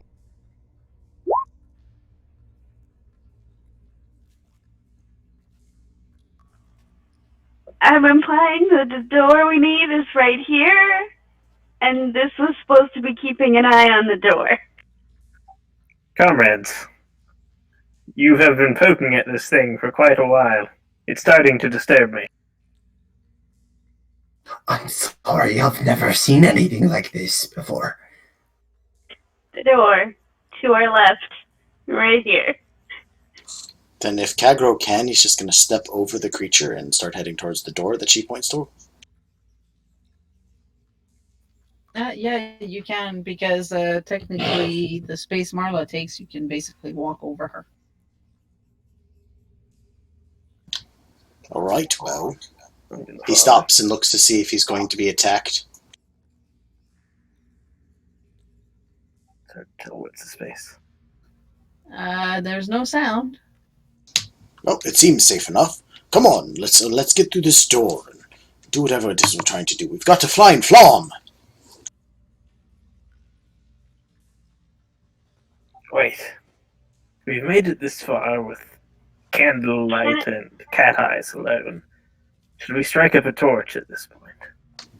I don't have any torches. I don't know why I didn't think to buy torches before going into the sewers. Just because I've never been in the sewers before. I brought one along. Oh, Let excellent. me- I locked mine in a trunk. Just let me lead the way, please. We're going to stop and poke more jelly. I think I'm over it now.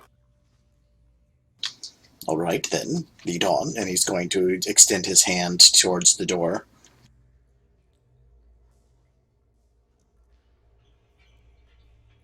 Everyone stay close behind me.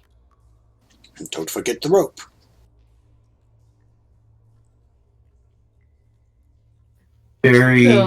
Sorry. Go ahead. Very gingerly, I'm going to put my hand to the door and try and push it open a little bit, just to get a peek inside. Okay. You're trying to do this unnoticed, so roll a stealth plus Stealth what? stealth plus perception.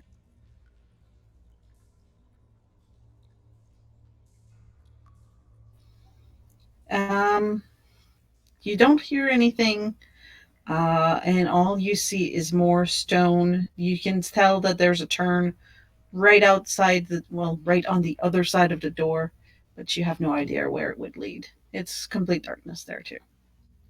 Your dark vision can't see past a corner. Stay close.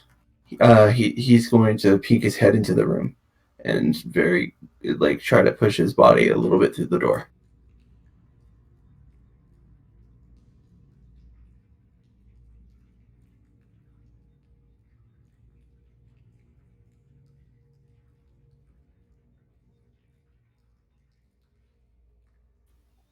So you're able to get through. It seems like nothing more than a dark hall. It's very, very silent. Is everyone with me? Ever at your back. Well, I am here still. I haven't gone anywhere. You never know, Kag-Ro. You never know.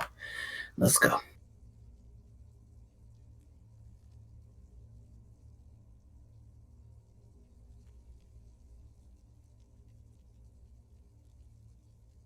Oh, yeah, and TeaLeaf is going to awkwardly unsling his reversed bow that he's been hiding under his cloak this entire.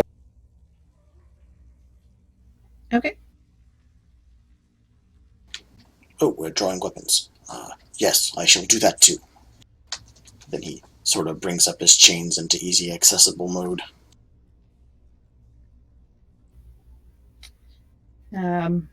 After you get close to the corner, you hear some light squeaking, and a rat comes cuddling by around the corner.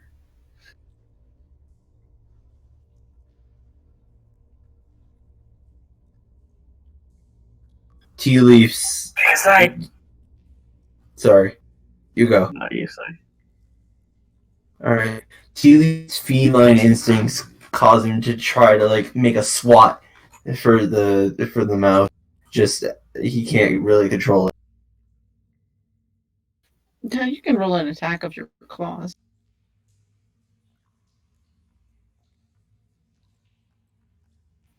But it's scuttering and it caught you by surprise. You completely miss it as it just kind of scuttled by you. TeaLeaf seems to lose his tension for a moment. Sorry, that was compulsive.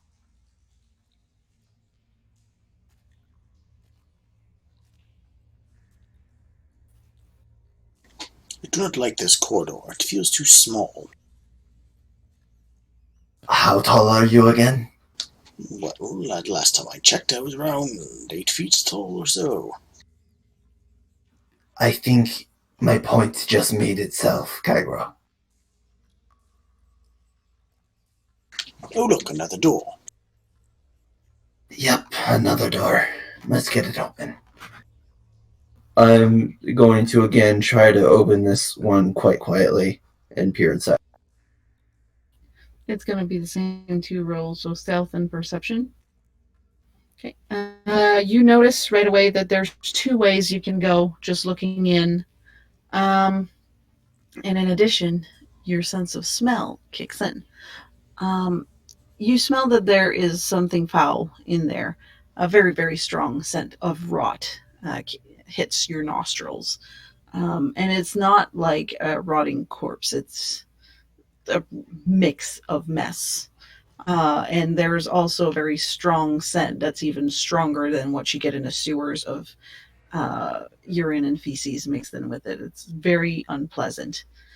Then you get the sense of your hearing, and you hear a scuttle and what sounds like feet dragging, and there's something muttering in a very coarse yet high-pitched voice coming from the path up, while the foul smell comes from the path down. You see TeaLeaf withholding the urge to retch just right there. It takes him a moment, but he overhears the muttering, and with me, he struggles to say as he heads towards the path up. I hear voices. Kag-Ro will relay the message to the people behind him. He says there's something up ahead with him.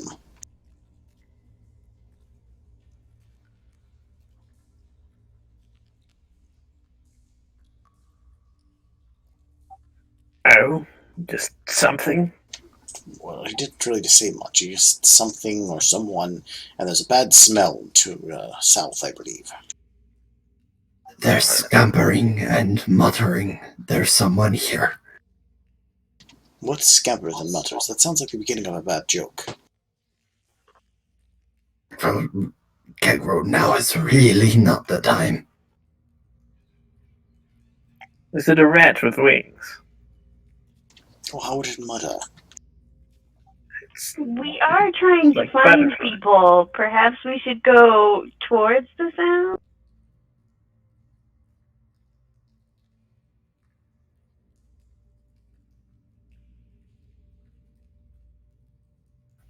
As you turn the corner, because all of you are kind of talking, you're going to find yourself face to face with 2 goblins that have pulled little swords out of their hands. Goblins are such a commonly known thing, you would have to roll anything to identify them.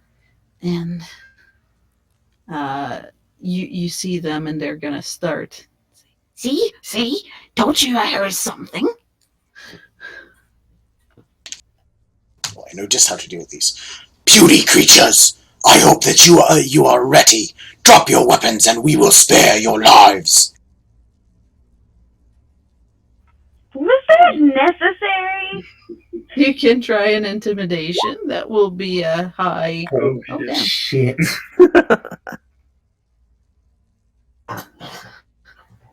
Yes, master. And they drop their weapons and drop to their knees. Would not want to anger the great lord. We see you're one of the great lord's many minions. We obey. I guess it was necessary. Good. Then you should tell me what you have seen recently. Any sort of suspicious activity. And speak quickly. No, none at all. Your The master took over the lair. We pledged. We surrendered. We said we watch room. Did so. The master? Yes. Who is this master? The devil, you said, sir. Yes, of course. Which is why we're here. What did the devil I sent look like, to make sure you're not lying? You're gonna have to... you know what? Goblins have like... no, they're not that bad. Roll a deception.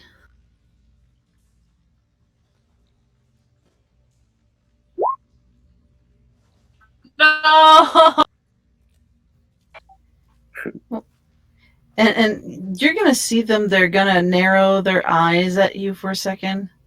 They're gonna be like, "You should know what master is like. You should know what the devil is like. You're with the master. You're lying. You with the Xanatar." I am with no one of the sort. The devil is nothing. I am the untamed devil. We were sent by competition. Yagra and her friends. She sent us to get information from your master. Do not know Yagra. Another devil?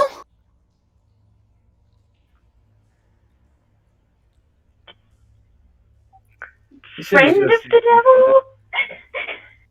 Roll a deception on that one.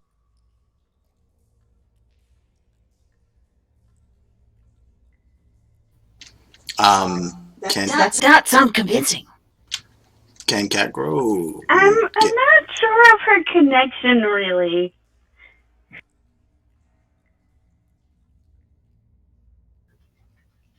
And the two of them are going to look at one another and nod and turn back to you. Yes. That way. Turn up. Follow path. You find master, yes? Yes. Might I ask why you were guarding the room for the master? We were not informed of such a reason. Recent takeover. Have to ensure that no more Xanatar comes back for room. Must warn master. Ah, excellent. You keep up the good work. I will let him know that you are doing a great job. 2 thumbs way up. Of course. That way. And they point towards here.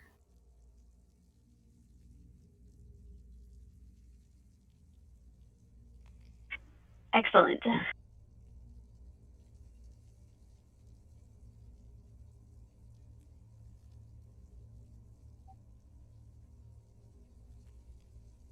Ah, yes. Excellent.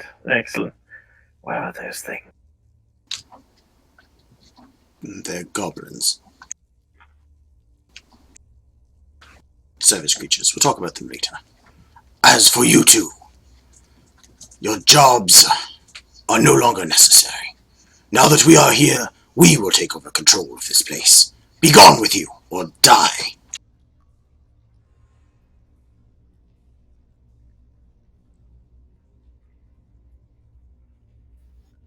Yep. Okay. Cerise, I'm assuming you're following the rest of the group. Yeah, she's just been kind of shocked at this entire exchange and kind of staying behind Kag-Ro. You'll see the two goblins will nod. Obviously, they're not leaving right now. You're blocking the path.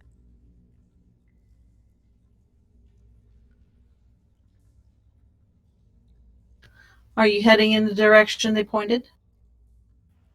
I, for one, think we should. Kag-Ro will puff out his chest and make himself look extra intimidating and nod to them as he follows Marla. Marla is not the one with the light or the eyesight.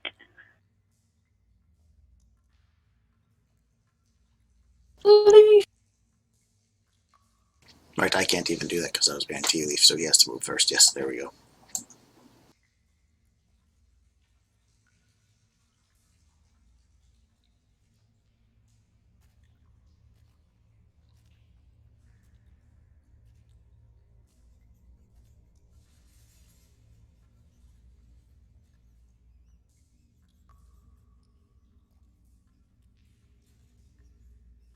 Wait, is this here what do you call this?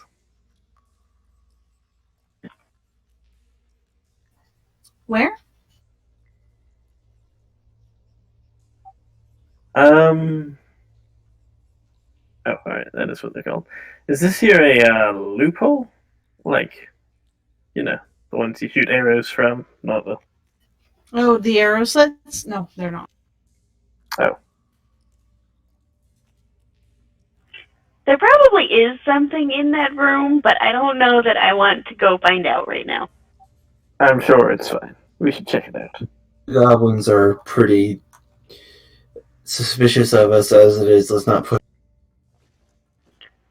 Yes, we can come back to this room later. Fair enough, fair enough. I bet there's something real good in that room.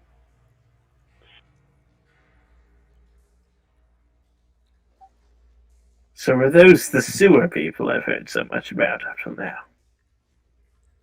They are some sewer people.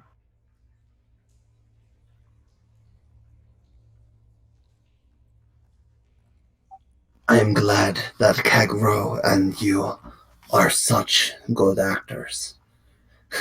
If I had tried something, he I seems was just telling the truth, to be honest.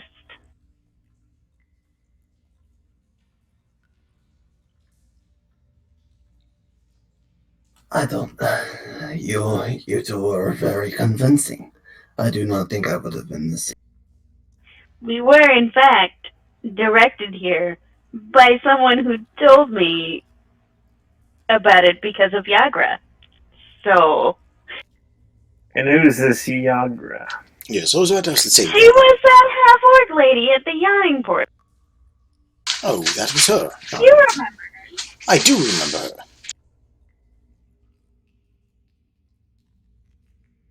She's apparently tied up in this business somehow. Well, so are we now, so I suppose we should continue to be cautious.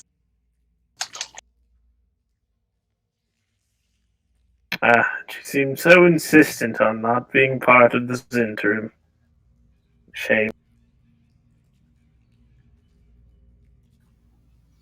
As you get across the what is like a little sewage river that you can easily get across, you find yourself at the edge of an opened room, and inside you can see some stuffed straw mattresses, very poorly stitched together. And there's about 4 of them laid a little all over the place, but the place has been messed up. There's a dwarf, an odd-looking dwarf with gray skin lying on one of the mattresses, and it takes you a moment, but you soon realize that he is deceased and slain. There's a small pool of blood underneath him, staining one of the mattresses. Can we assume that this was probably killed by the goblins?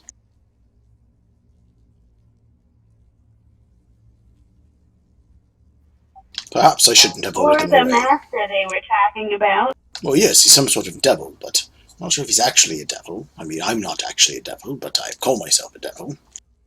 Can I take a look in the room from around this corner to see if there's anyone else besides the...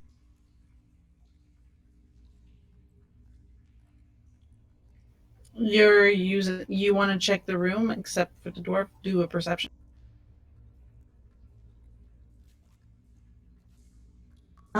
Nope, the place is completely empty, though you do spot a little door at the complete south of the room. There's a dead dwarf up ahead. Let's see if he has anything identifying on him. Yes, I'll leave the corpse searching to you. Thank you. Where in the room is the dwarf? Like over here?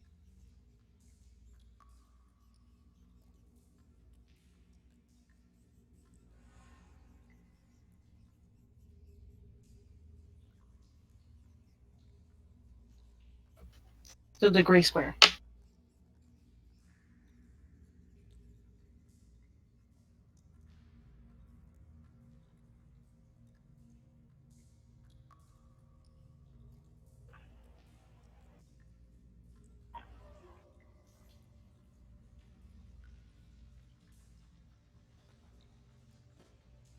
If you want to check the dwarf, you can do an investigation.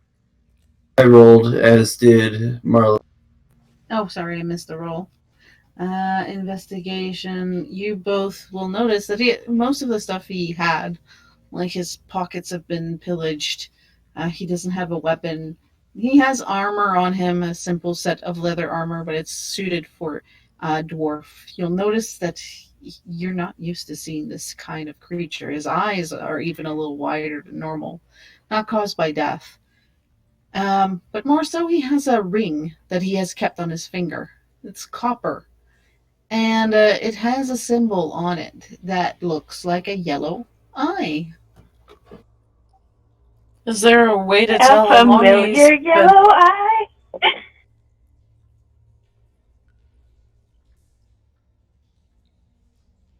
Sorry, Cerise, I missed that. What did you say? Oh, I was just gonna ask if there was a way to tell how long he's been dead. Would that be like a medicine check? Yes. Alright.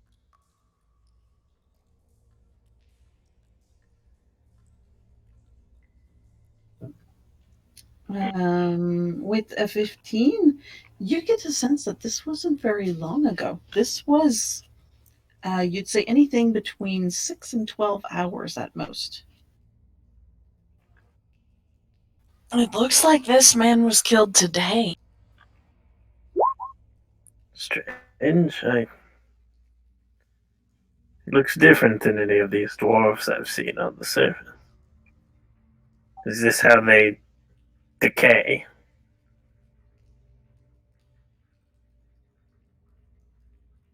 Yeah. Darius is kind of gonna poke at the body a bit. Jiggles a little, but no. And you would know, Cerise, with your check, that the color of it has nothing to do with its deceased state. This is a species that most likely lives away from the sun, perhaps deep underground. I think he's a dwarf that typically lives deeper underground. I don't think it has anything to do with what happened. I think that part is natural.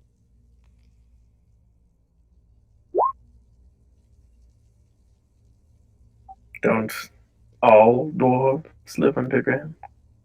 Are you sure it's even Well, a dwarf at all? Perhaps it's a gnome. rather sturdy for a gnome. As far as I know, gnomes are more like me and Marla, or even. So not a gnome then. Well, I don't know what it is. Well, what's that thing on its finger?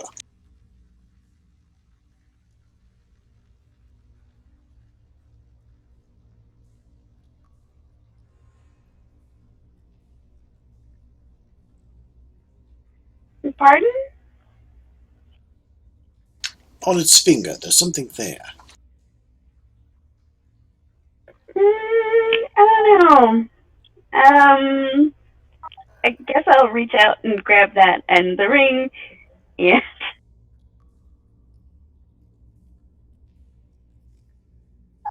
Is Just it so I can take a closer look. is it obvious what killed it? We Oh, already know what's on the ring. She already told us. Yes, but I would like to take the ring and pocket it.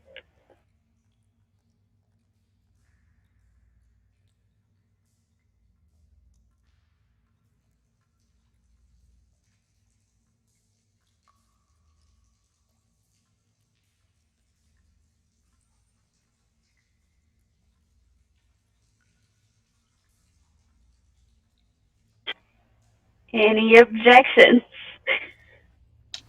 Kag-Ro won't object to it. He just was asking what it was. Yes. This is a symbol of a group that he belongs to. Oh, what symbol would that be? The same symbol that led us here. The yellow eye. Ah, so we are fighting with this fellow was a member of the Yellow Eye Gang. That sounds like a very terrible the group. Yellow Eye Gang.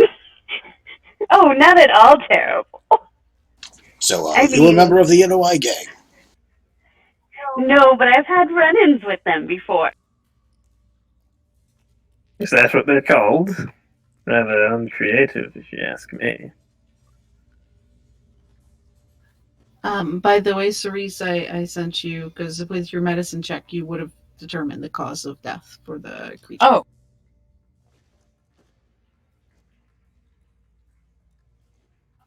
So it would be in the chat. Oh, I see. Why is it that there's so many bodies everywhere we're going, looking for these things? This trail of bodies we keep on encountering is probably not very good news. I suspect that these people aren't really trying to hide what they're doing from the people that they're killing. Very well. Well, are they criminals that they're killing? The Yellow Eye Gang sounds like a criminal group. Well, they certainly snuck up on this poor guy. They stabbed him in the back. In the back.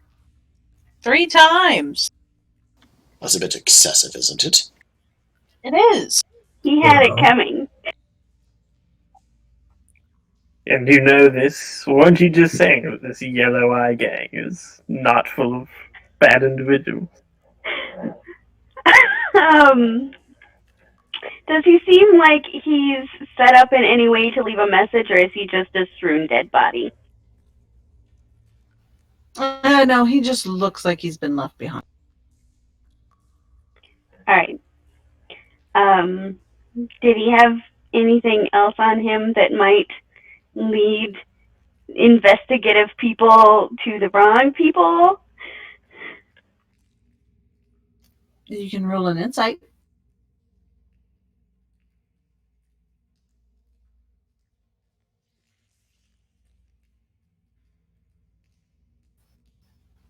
No, you actually just think this was a one and done. This was not any kind of messages, any kind of disguise. This person was meant to wear this ring and was dispatched. You don't have any idea why. I guess we gotta find out. Or I gotta find out. This poor fellow obviously did not have anything. It did not expect it to happen. Or maybe perhaps it is this devil that they keep on mentioning. I wonder if it's actually a devil. Done some research into them and for my characters, and rather terrifying creatures, devils.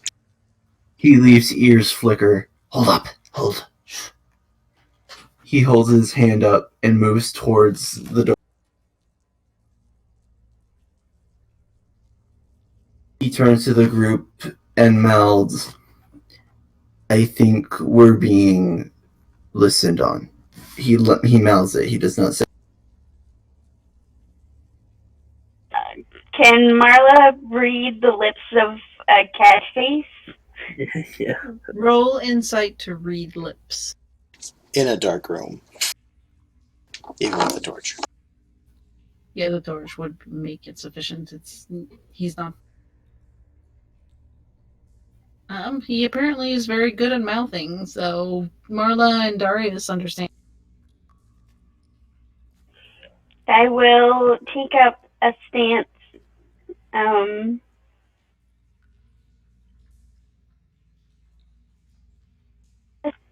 I forgot that I had to keep holding this button.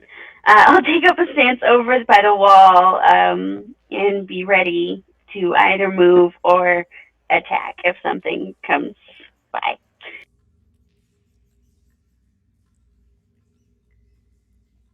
TeaLeaf moves away from the door and readies his bow. sidles closer to the group.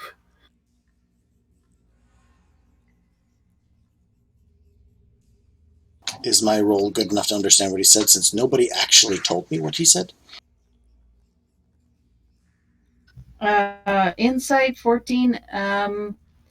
You wouldn't have been able to read his lips, but with body language, you get that it's a sign of warning that something's there. But you don't get the full spectrum of it. So you just know to be on alert. Turns to Cerise. It seems that there's something dangerous perhaps up there. I'm not really sure.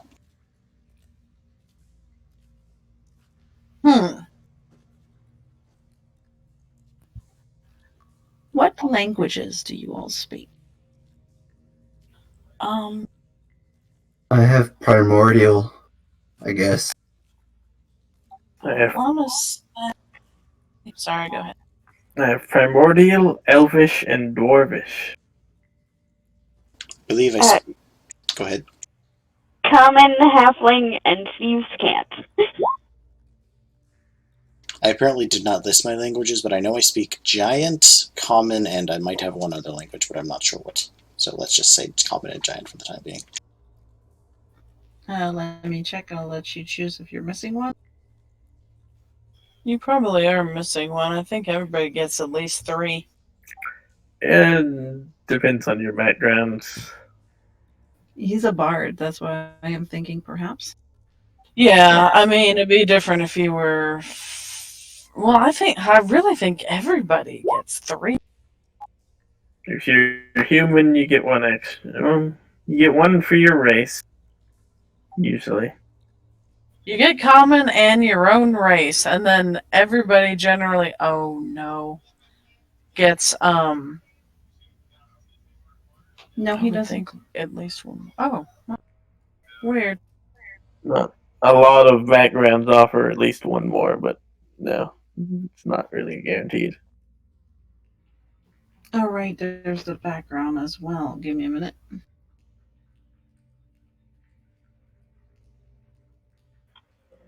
Why are there fireworks? They're here too. It's not even midnight yet. I know. Well, we had our And fireworks it's a couple days ago, Wednesday. so. Yeah, obviously it's because it's Canada Day, right? Yep, Canada Day's on the 1st of July. Yeah, I missed that. Yeah, but we had 2 days of firework because, like you guys, we had people who were early. Normally it's like a whole week, but because I live like 10 miles from Parkland, people have been a little bit more nice about like concerns for PTSD. Oh wow, that's awesome. Is it actually called Canada Day? Yes, actually, it is called Canada Day. Aw. So Kag-Ro gets no additional language, and that means that from the other side of the door you hear, "Oh, yes, what a dish!"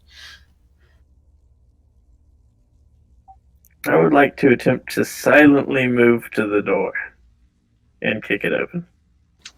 I was about to say Cerise, in the meantime, is getting further away from the door after hearing. I think there's something sick in there. Can I roll to try and be quiet getting up to the door? Yes, roll a stealth, please. Oh, I'm already the furthest from the door I can be. Never mind. Nice. I do have disadvantage, unfortunately. Or actually, I could just do this. So with every step carefully taken so that your metal armor doesn't clink or do anything against the stone, you're able to very quietly, very slowly get to the door. And once you're there, you say you want to kick it in? Indeed. Well, I guess I need to see if it looks like it pulls in or out first, but then yes.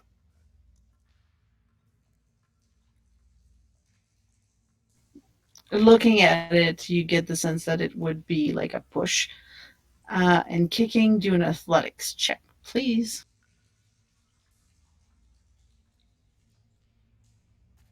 Holy shit! Okay, apparently the game wanted you to do this. 2 in a row? It was a nat 20 and a nat 1 too.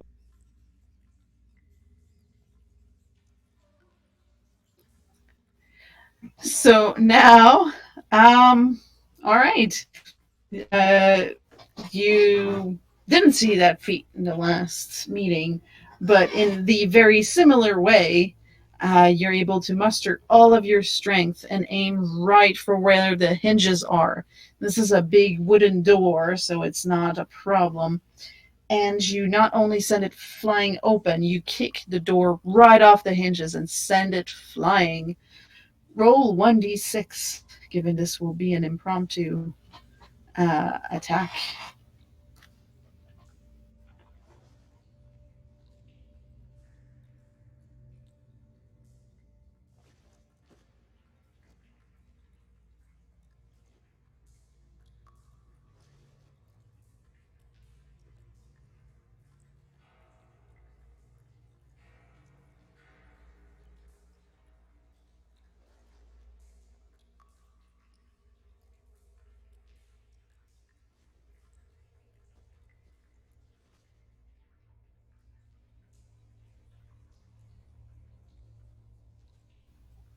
All right.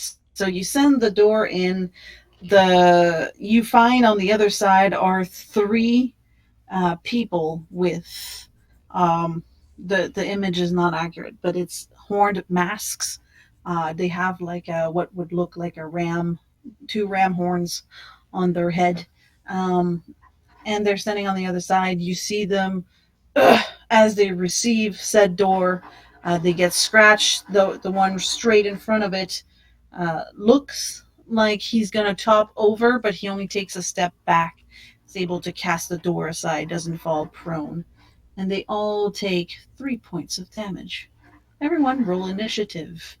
As the dust settles from that a bit, I would like to yell out, "Drop or draw steel, you jackanapes!" What is a jackknife? As he says to It must be a Cerise. sort of fish. I'm guessing there's enemies in there. Help! Arm yourself. Let's go. Lay ahead of you.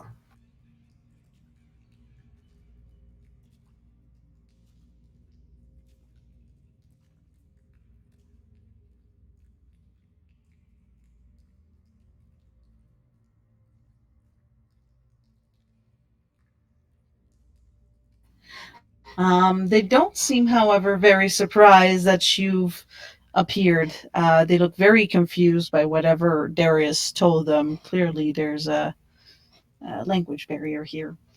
And they just look at each other, give a nod, and the one that tossed the door aside will charge forward.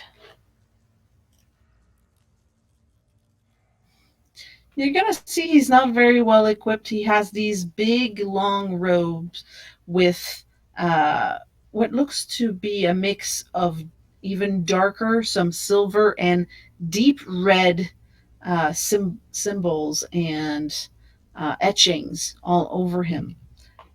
It looks kind of fiery a little bit, but a dark fire. And he pulls from his hip a single dagger as he aims forward.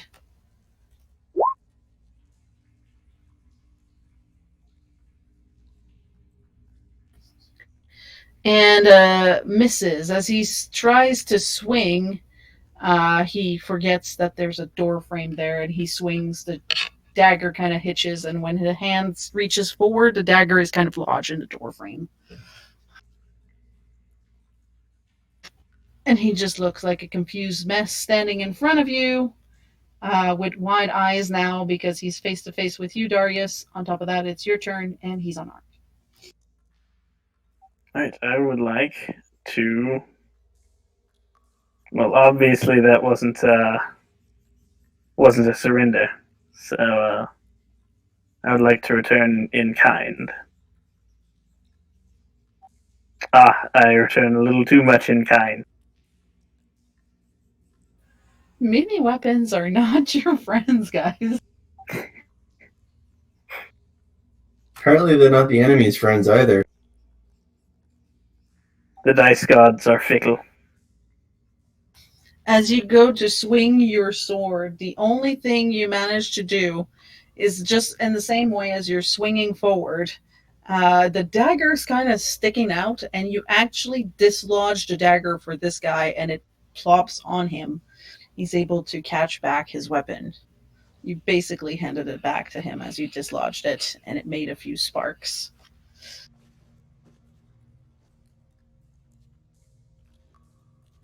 Was there anything else you wish to use with your turn? Any movement? Bonus actions? That is my turn.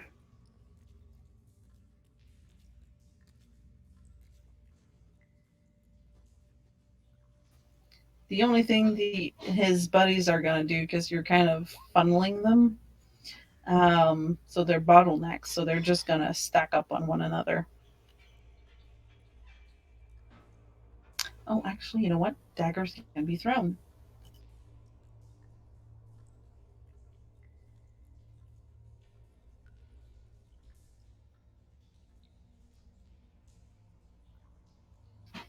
So he tries to throw a dagger at you and hits the back of his friend's head with the blunt end. Doesn't hurt the guy much, startles him a little, and you just hear a big clank on the floor.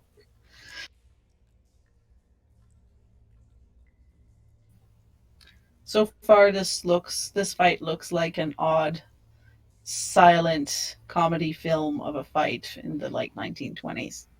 Maybe those guards are right, and we should just alert the police rather than trying to deal with stuff ourselves. That's what I think. Where's Curly going whoop whoop whoop whoop whoop when you need him? Although, the guards in the other altercation didn't seem to be very useful. Still salty about that? Oh, heck yeah. Speaking of Marla, it is now your turn. Alright, is there a limit on the number of people I can sneak past with halfling nimbleness? Yeah, you can basically share the space with Darius. Okay. So my thought was actually to sneak past into the back of the room behind everyone, and then just attack from the back. Would that be feasible? The back of the room you're in now? Behind the cultists. That would be a very difficult sneak to do, and if you miss, it's an attack of opportunity. Probably from all three of them. Yeah. Okay, I guess I will just share the space with Darius then, and attack the one in the front.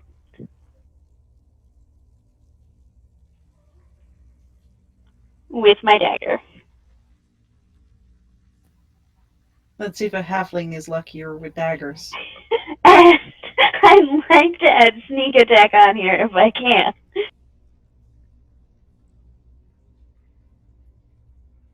Finally, a hit. That does hit, and you do get your sneak attack because he is engaged. Okay.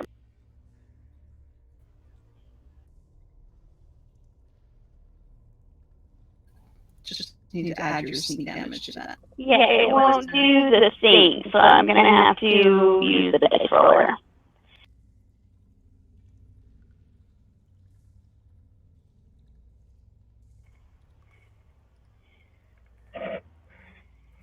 And then I would like to use my bonus action, cunning action, to hide behind Darius, basically. Roll stealth, please.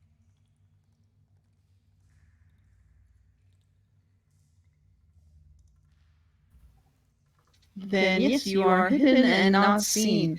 But you'll notice that as you went forward, you severed their thigh artery, and there's a big pool of blood amassing at his feet very, very quickly. You don't see much of the person's face, but his color is visibly draining. This is so good. Kag-Ro, you are next. Kag-Ro will step away and walk around here to get behind them. And can he if he can get a view at the one in the front, yes? Yes. As he turns around, he looks stunned for a second. He looks at them. My, your costumes are rather pathetic. What sort of creature, or what sort of beast would wear such a silly-looking thing? Man, whoever leads you must be quite the fool. And he's going to cast vicious mockery on them, on the first one.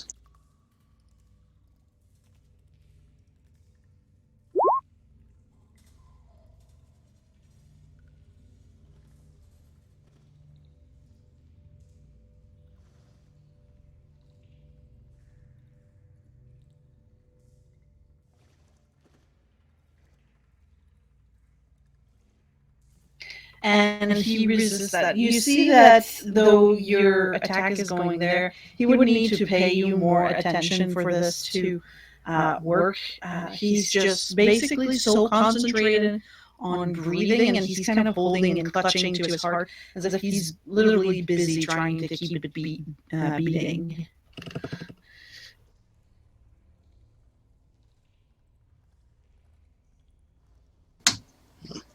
Oh well, I suppose it doesn't really matter now, does it? All right. Oh then. That ends my turn. The cultist in the back is just going to move back. Saw what happened to his colleague when he threw a dagger, and is just going to keep it in his hand. So he's going to pass his turn. And TeaLeaf, it's your go. God, what do I do here? Alright, TeaLeaf's gonna try to move where he can get any type of visibility. Yeah. And is going to shout, as usual, "Get down!"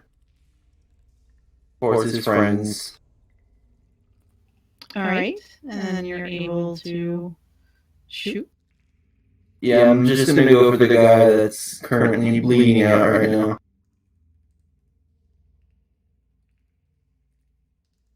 That's a hit. Oh, sorry.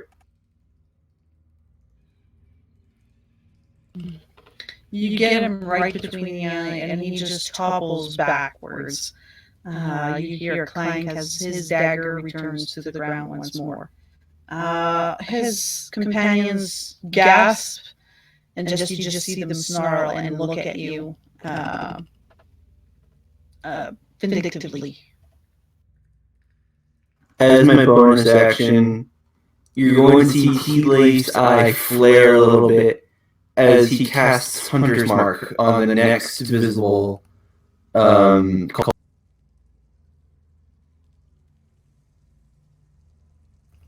consider it marked. and that's it. It then becomes Cerise's turn. Alrighty.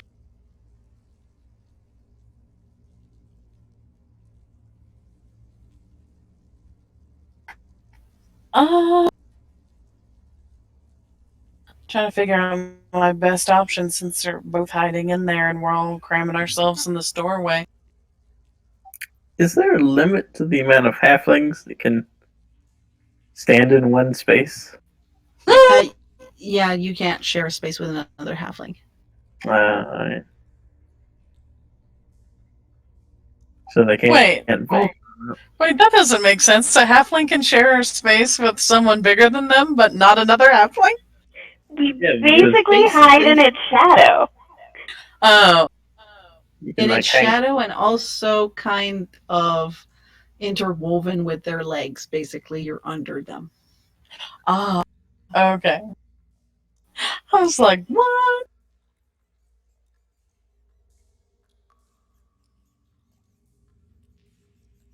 Is Marla in my space, or is she the space behind me? She's behind you because she went and used stealth to hide behind you. Let's see. Guidance is for ability checks, not for attacks, unfortunately.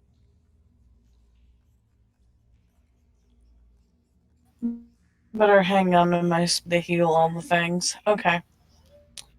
I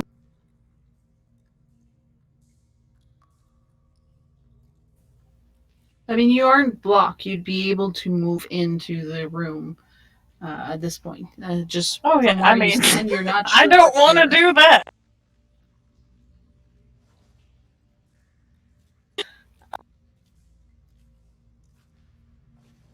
I suppose I could always just do a hold in action until some other. Can you move and also hold your regular action? I can't remember. Yes, you can. Okay.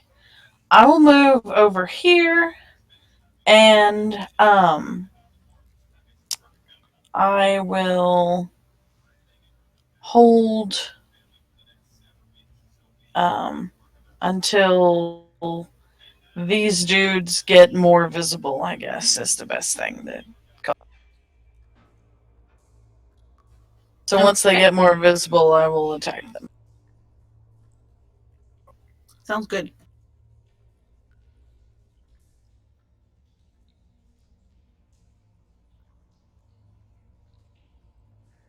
Then it becomes Darius's turn.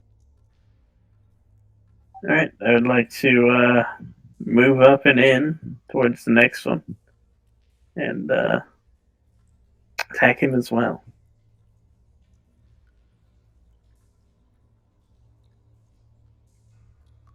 That's a better swing, and it hits. Wonderful. You do a great slash across it. You'll see the mark of how sharp your sword is. You even exposing a few ribs there, and it's gonna groan again and just starts to spit at you. You're gonna see his teeth are reddening from blood pooling in his mouth, and he's just gonna spew some more. Snash dash and radish. To hell with you, demon! Even if you can't understand.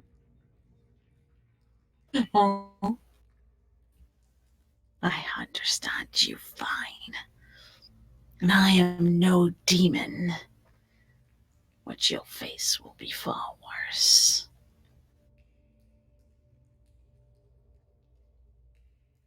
And then charges at you.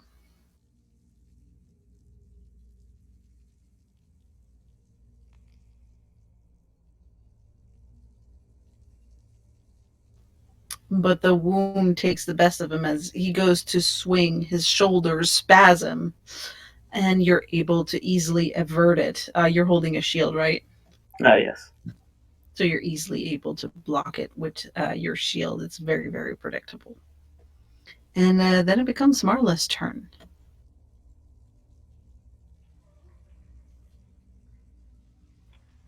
Okay, so I would like to slip past Darius to stand in the square just inside the room.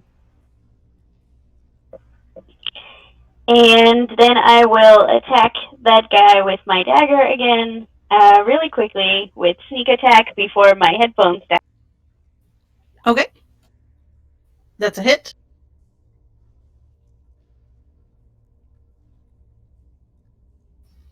Once again, the thing was already injured, and you know exactly where those arteries are, the lower ones, and you just slice them. You're able to do like a knife twirl, and it just slices both sides. And in matters of second, you just see him gasp and slowly crumble to the ground, lifeless. Um,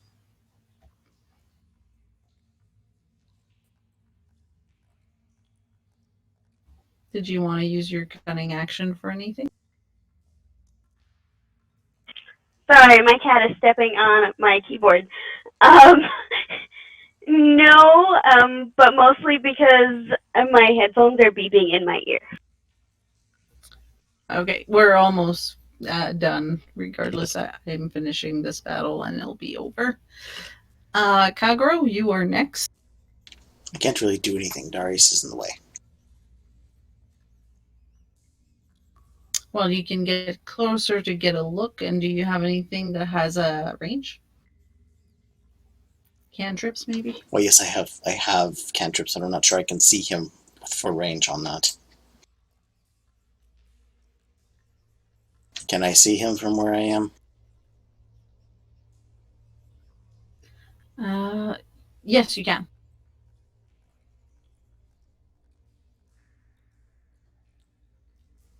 You are behind him. You can't pass, but his head doesn't take the 5 feet in front of you. And on top of that, you're taller than he is. I'm not able to use my chain over Darius's head, am I? It doesn't reach that far, I think. It's 25 feet. If I did the 200 one. You can. You're going to have the same thing as TeaLeaf, though. You're going to have to give a warning. And unless Darius expressly say he doesn't duck, it's assumed that he does. And then if you run a critical 1, then you're hitting Darius. I accept those odds. Right. Darius, watch your head. See if I can hit him from here. And you'll see him swing his chain around with 2 hands. His chain, I don't know if anybody knows that his chain is basically like a big, heavy thing on the end of a long chain. So he spins it around and around and around, and he throws it.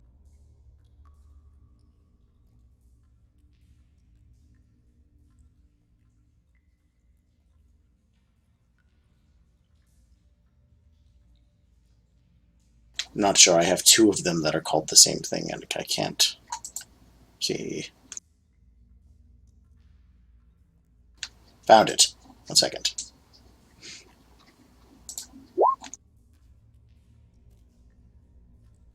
That's a hit.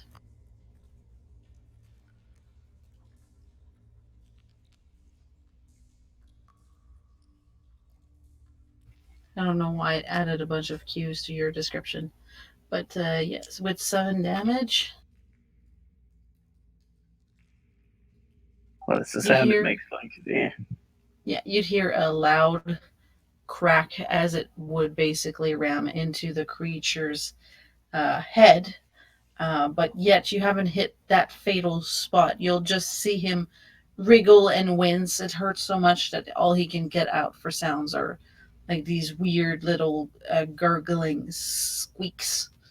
But he is still standing, and he seems to even be trying to shake it off. And as he does so,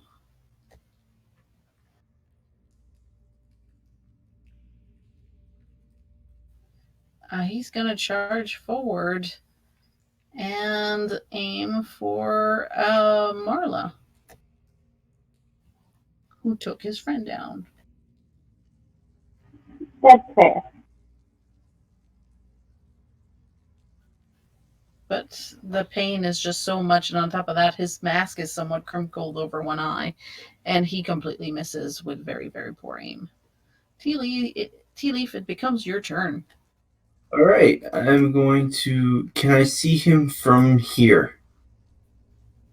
Yeah, you have disadvantage, though, because he has he has half cover. I think adds +2 AC. So yeah, so you'd be able to go. Same thing, you have to say duck, and you will hit, in this instance, would be Kag-Ro or Darius, depending if one of them doesn't duck. Alright, to avoid putting an arrow in your ass, Kag-Ro, TeaLeaf is going to say, "Stay down!" and try to hit this guy. Kag-Ro will actually just step back to open up a clearance between him and the guy. Just sort of flat against the wall for a minute.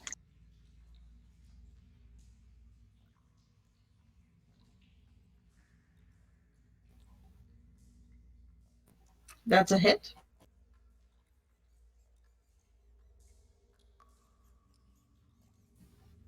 And once again, you shoot him right between the eyes, and he just goes flying flat on his back. You are no longer in initiative. We ought to fight quite a bit more. We're going to fight. I would prefer better terrain. It's very difficult to fight in such small quarters. We're in a sewer, Kag-Ro. I don't think we have much choice. As he goes to try to slip past the scavenge arrows. Darius will move into the room and find one of the bodies on the ground to remove the mask. One with the most intact mask, of course. See what exactly they were. And in response to what Kag-Ro said, he'll say, I can agree with that. I'm certainly more used to a wide open space. Well, I'm not sure if you have noticed, but I can fight two different ways. If I am close enough to the enemy, I may put myself vulnerable, but I can hit them. But I can also hit from a range, but when I have obstacles in the ways, it makes it quite difficult to do so. Luckily, it seems that you are all very short, which means as long as the ceilings are not too small, I am able to go beyond you. This is going to be a learning experience. You know, we've known each other for a while now, and we've never actually fought that much with each other. I should hope not. Well, I meant a lot more along the lines of we should discuss strategies for the future when we have more time. A brilliant idea, Kag-Ro. So when you remove the masks, you'll notice that they are simply human. And of different area as well. One has a darker skin, others seem Illiscan, and some you're not even sure. But they're just people. 3 young men, all dressed the same. There's nothing just horrifying or abnormal about them.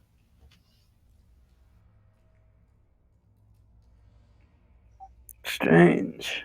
Very strange. Yet more humans causing a ruckus here. I do not know, as these masks are clearly part of some sort of organization. They're not the Yellow Eye gang, so maybe they're the other gang. Little ornate to be a gang. Well, maybe they like to be showy. It's sort of a badge of honor or pride or something along those lines. They were speaking gibberish. Yes, did anyone recognize that? Was that thieves' cant? Oh, I just thought they were having some medical problems. I don't believe it was decent. No, it wouldn't even be close.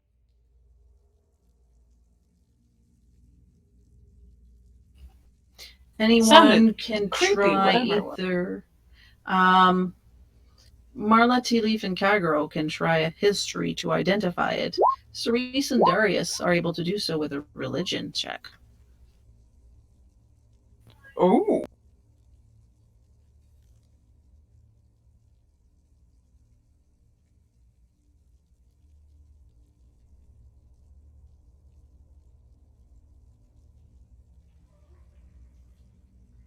I know all about the Jeebus.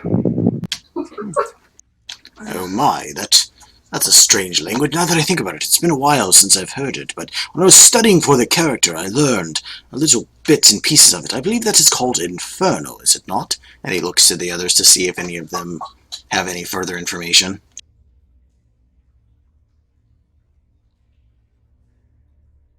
You know, the language of demons. Why, yes.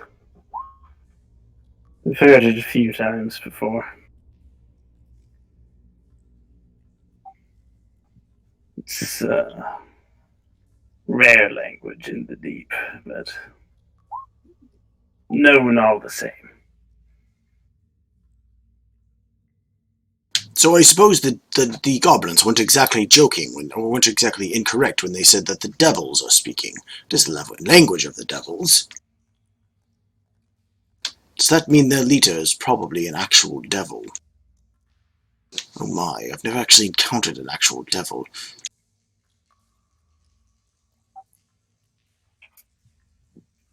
Well, perhaps it would find your choice of naming endearing. I suppose that's the best one could hope for before they decided to tear us apart. You know, that's a good point. Perhaps I should change my disguise. Go on full Unchained Devil. I have quite the references for that. I could make myself rather large and terrifying looking. Perhaps they would believe I was one of them. That's not a bad idea. Not a bad idea at all. Especially if they seem to hold some reverence for the creatures. Whoever they might be.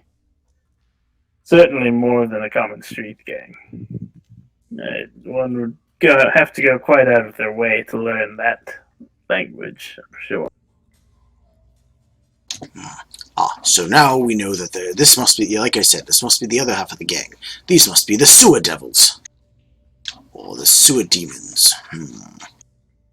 Sort of name what they have.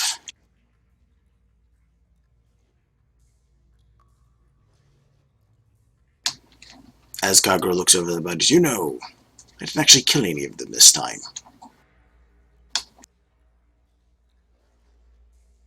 But I find myself less concerned, as they seem to have already killed several people.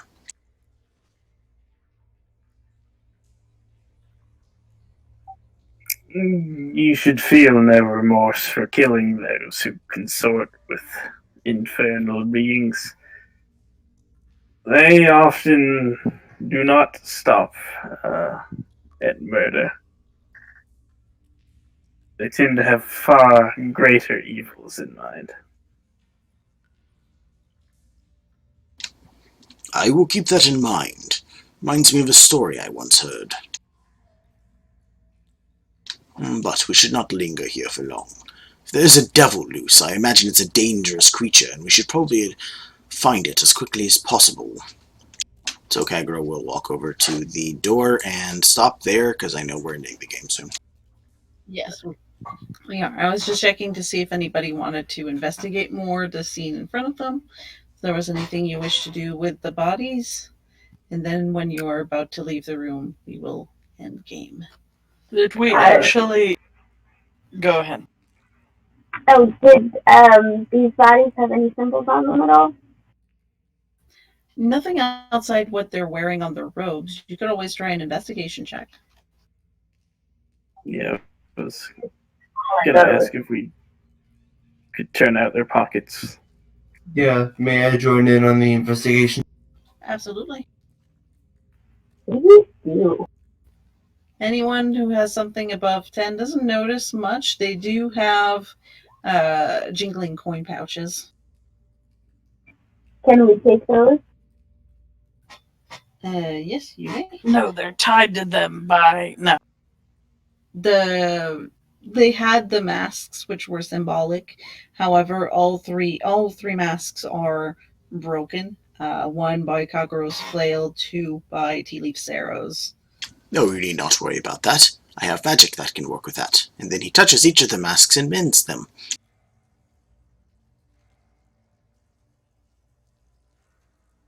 A brilliant idea. What if we were to don the disguises?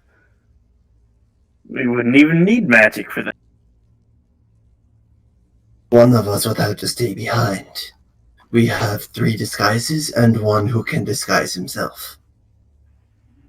We would also need to learn Infernal if we wanted to get very far. Well, potentially. One of the very short ones could hide underneath someone else's robes. I thought for a second you were going to suggest a box. Ah, you're right. A better idea, to be sure. We get a box. Write danger, live badger on the outside. Stick one of them in it. Oh, what's this? This is rather interesting. And as he sees, as he's messing with one of the masks to fix it, he pulls out, he reaches under the top of one of their robes and pulls out a gold necklace with a symbol on it, looking at it, but I don't know what the symbol is yet. It's a pentagram. Oh.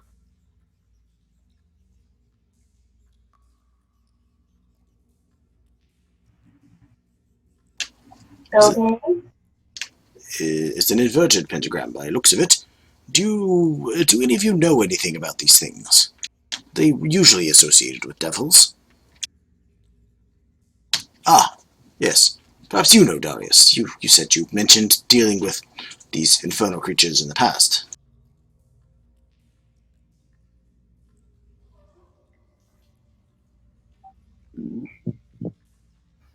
A 10 is exactly what you need.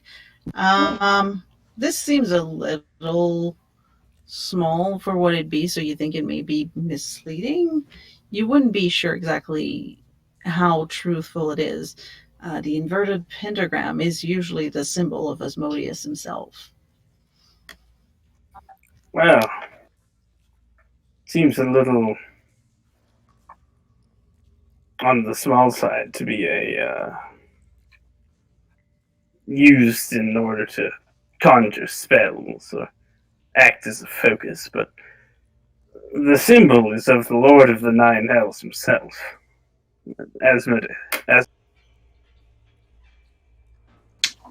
Oh, yes, I actually know quite a little bit about Asmodeus. I did consider the Asmodeus disguise, but it was too famous, too well known. If I were to choose to pretend to be Asmodeus, nobody would believe it.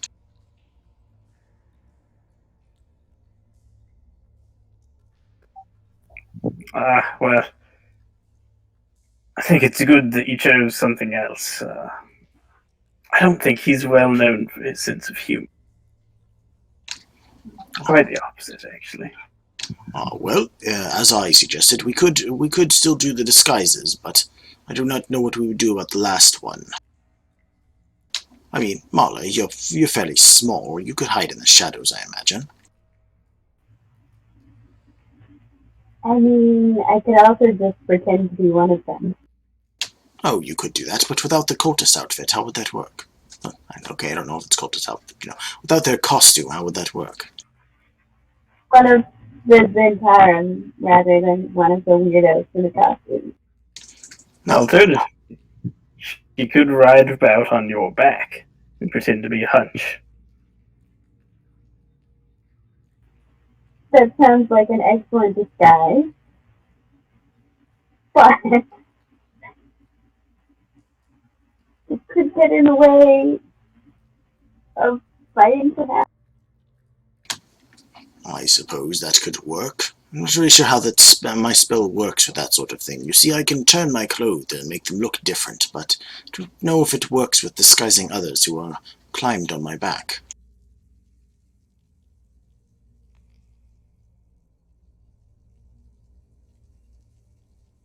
Well, surely you can't weigh too much. Perhaps TeaLeaf or I could carry you. I'm good. I'll just walk behind and be unsuspicious. Well, we'll find something.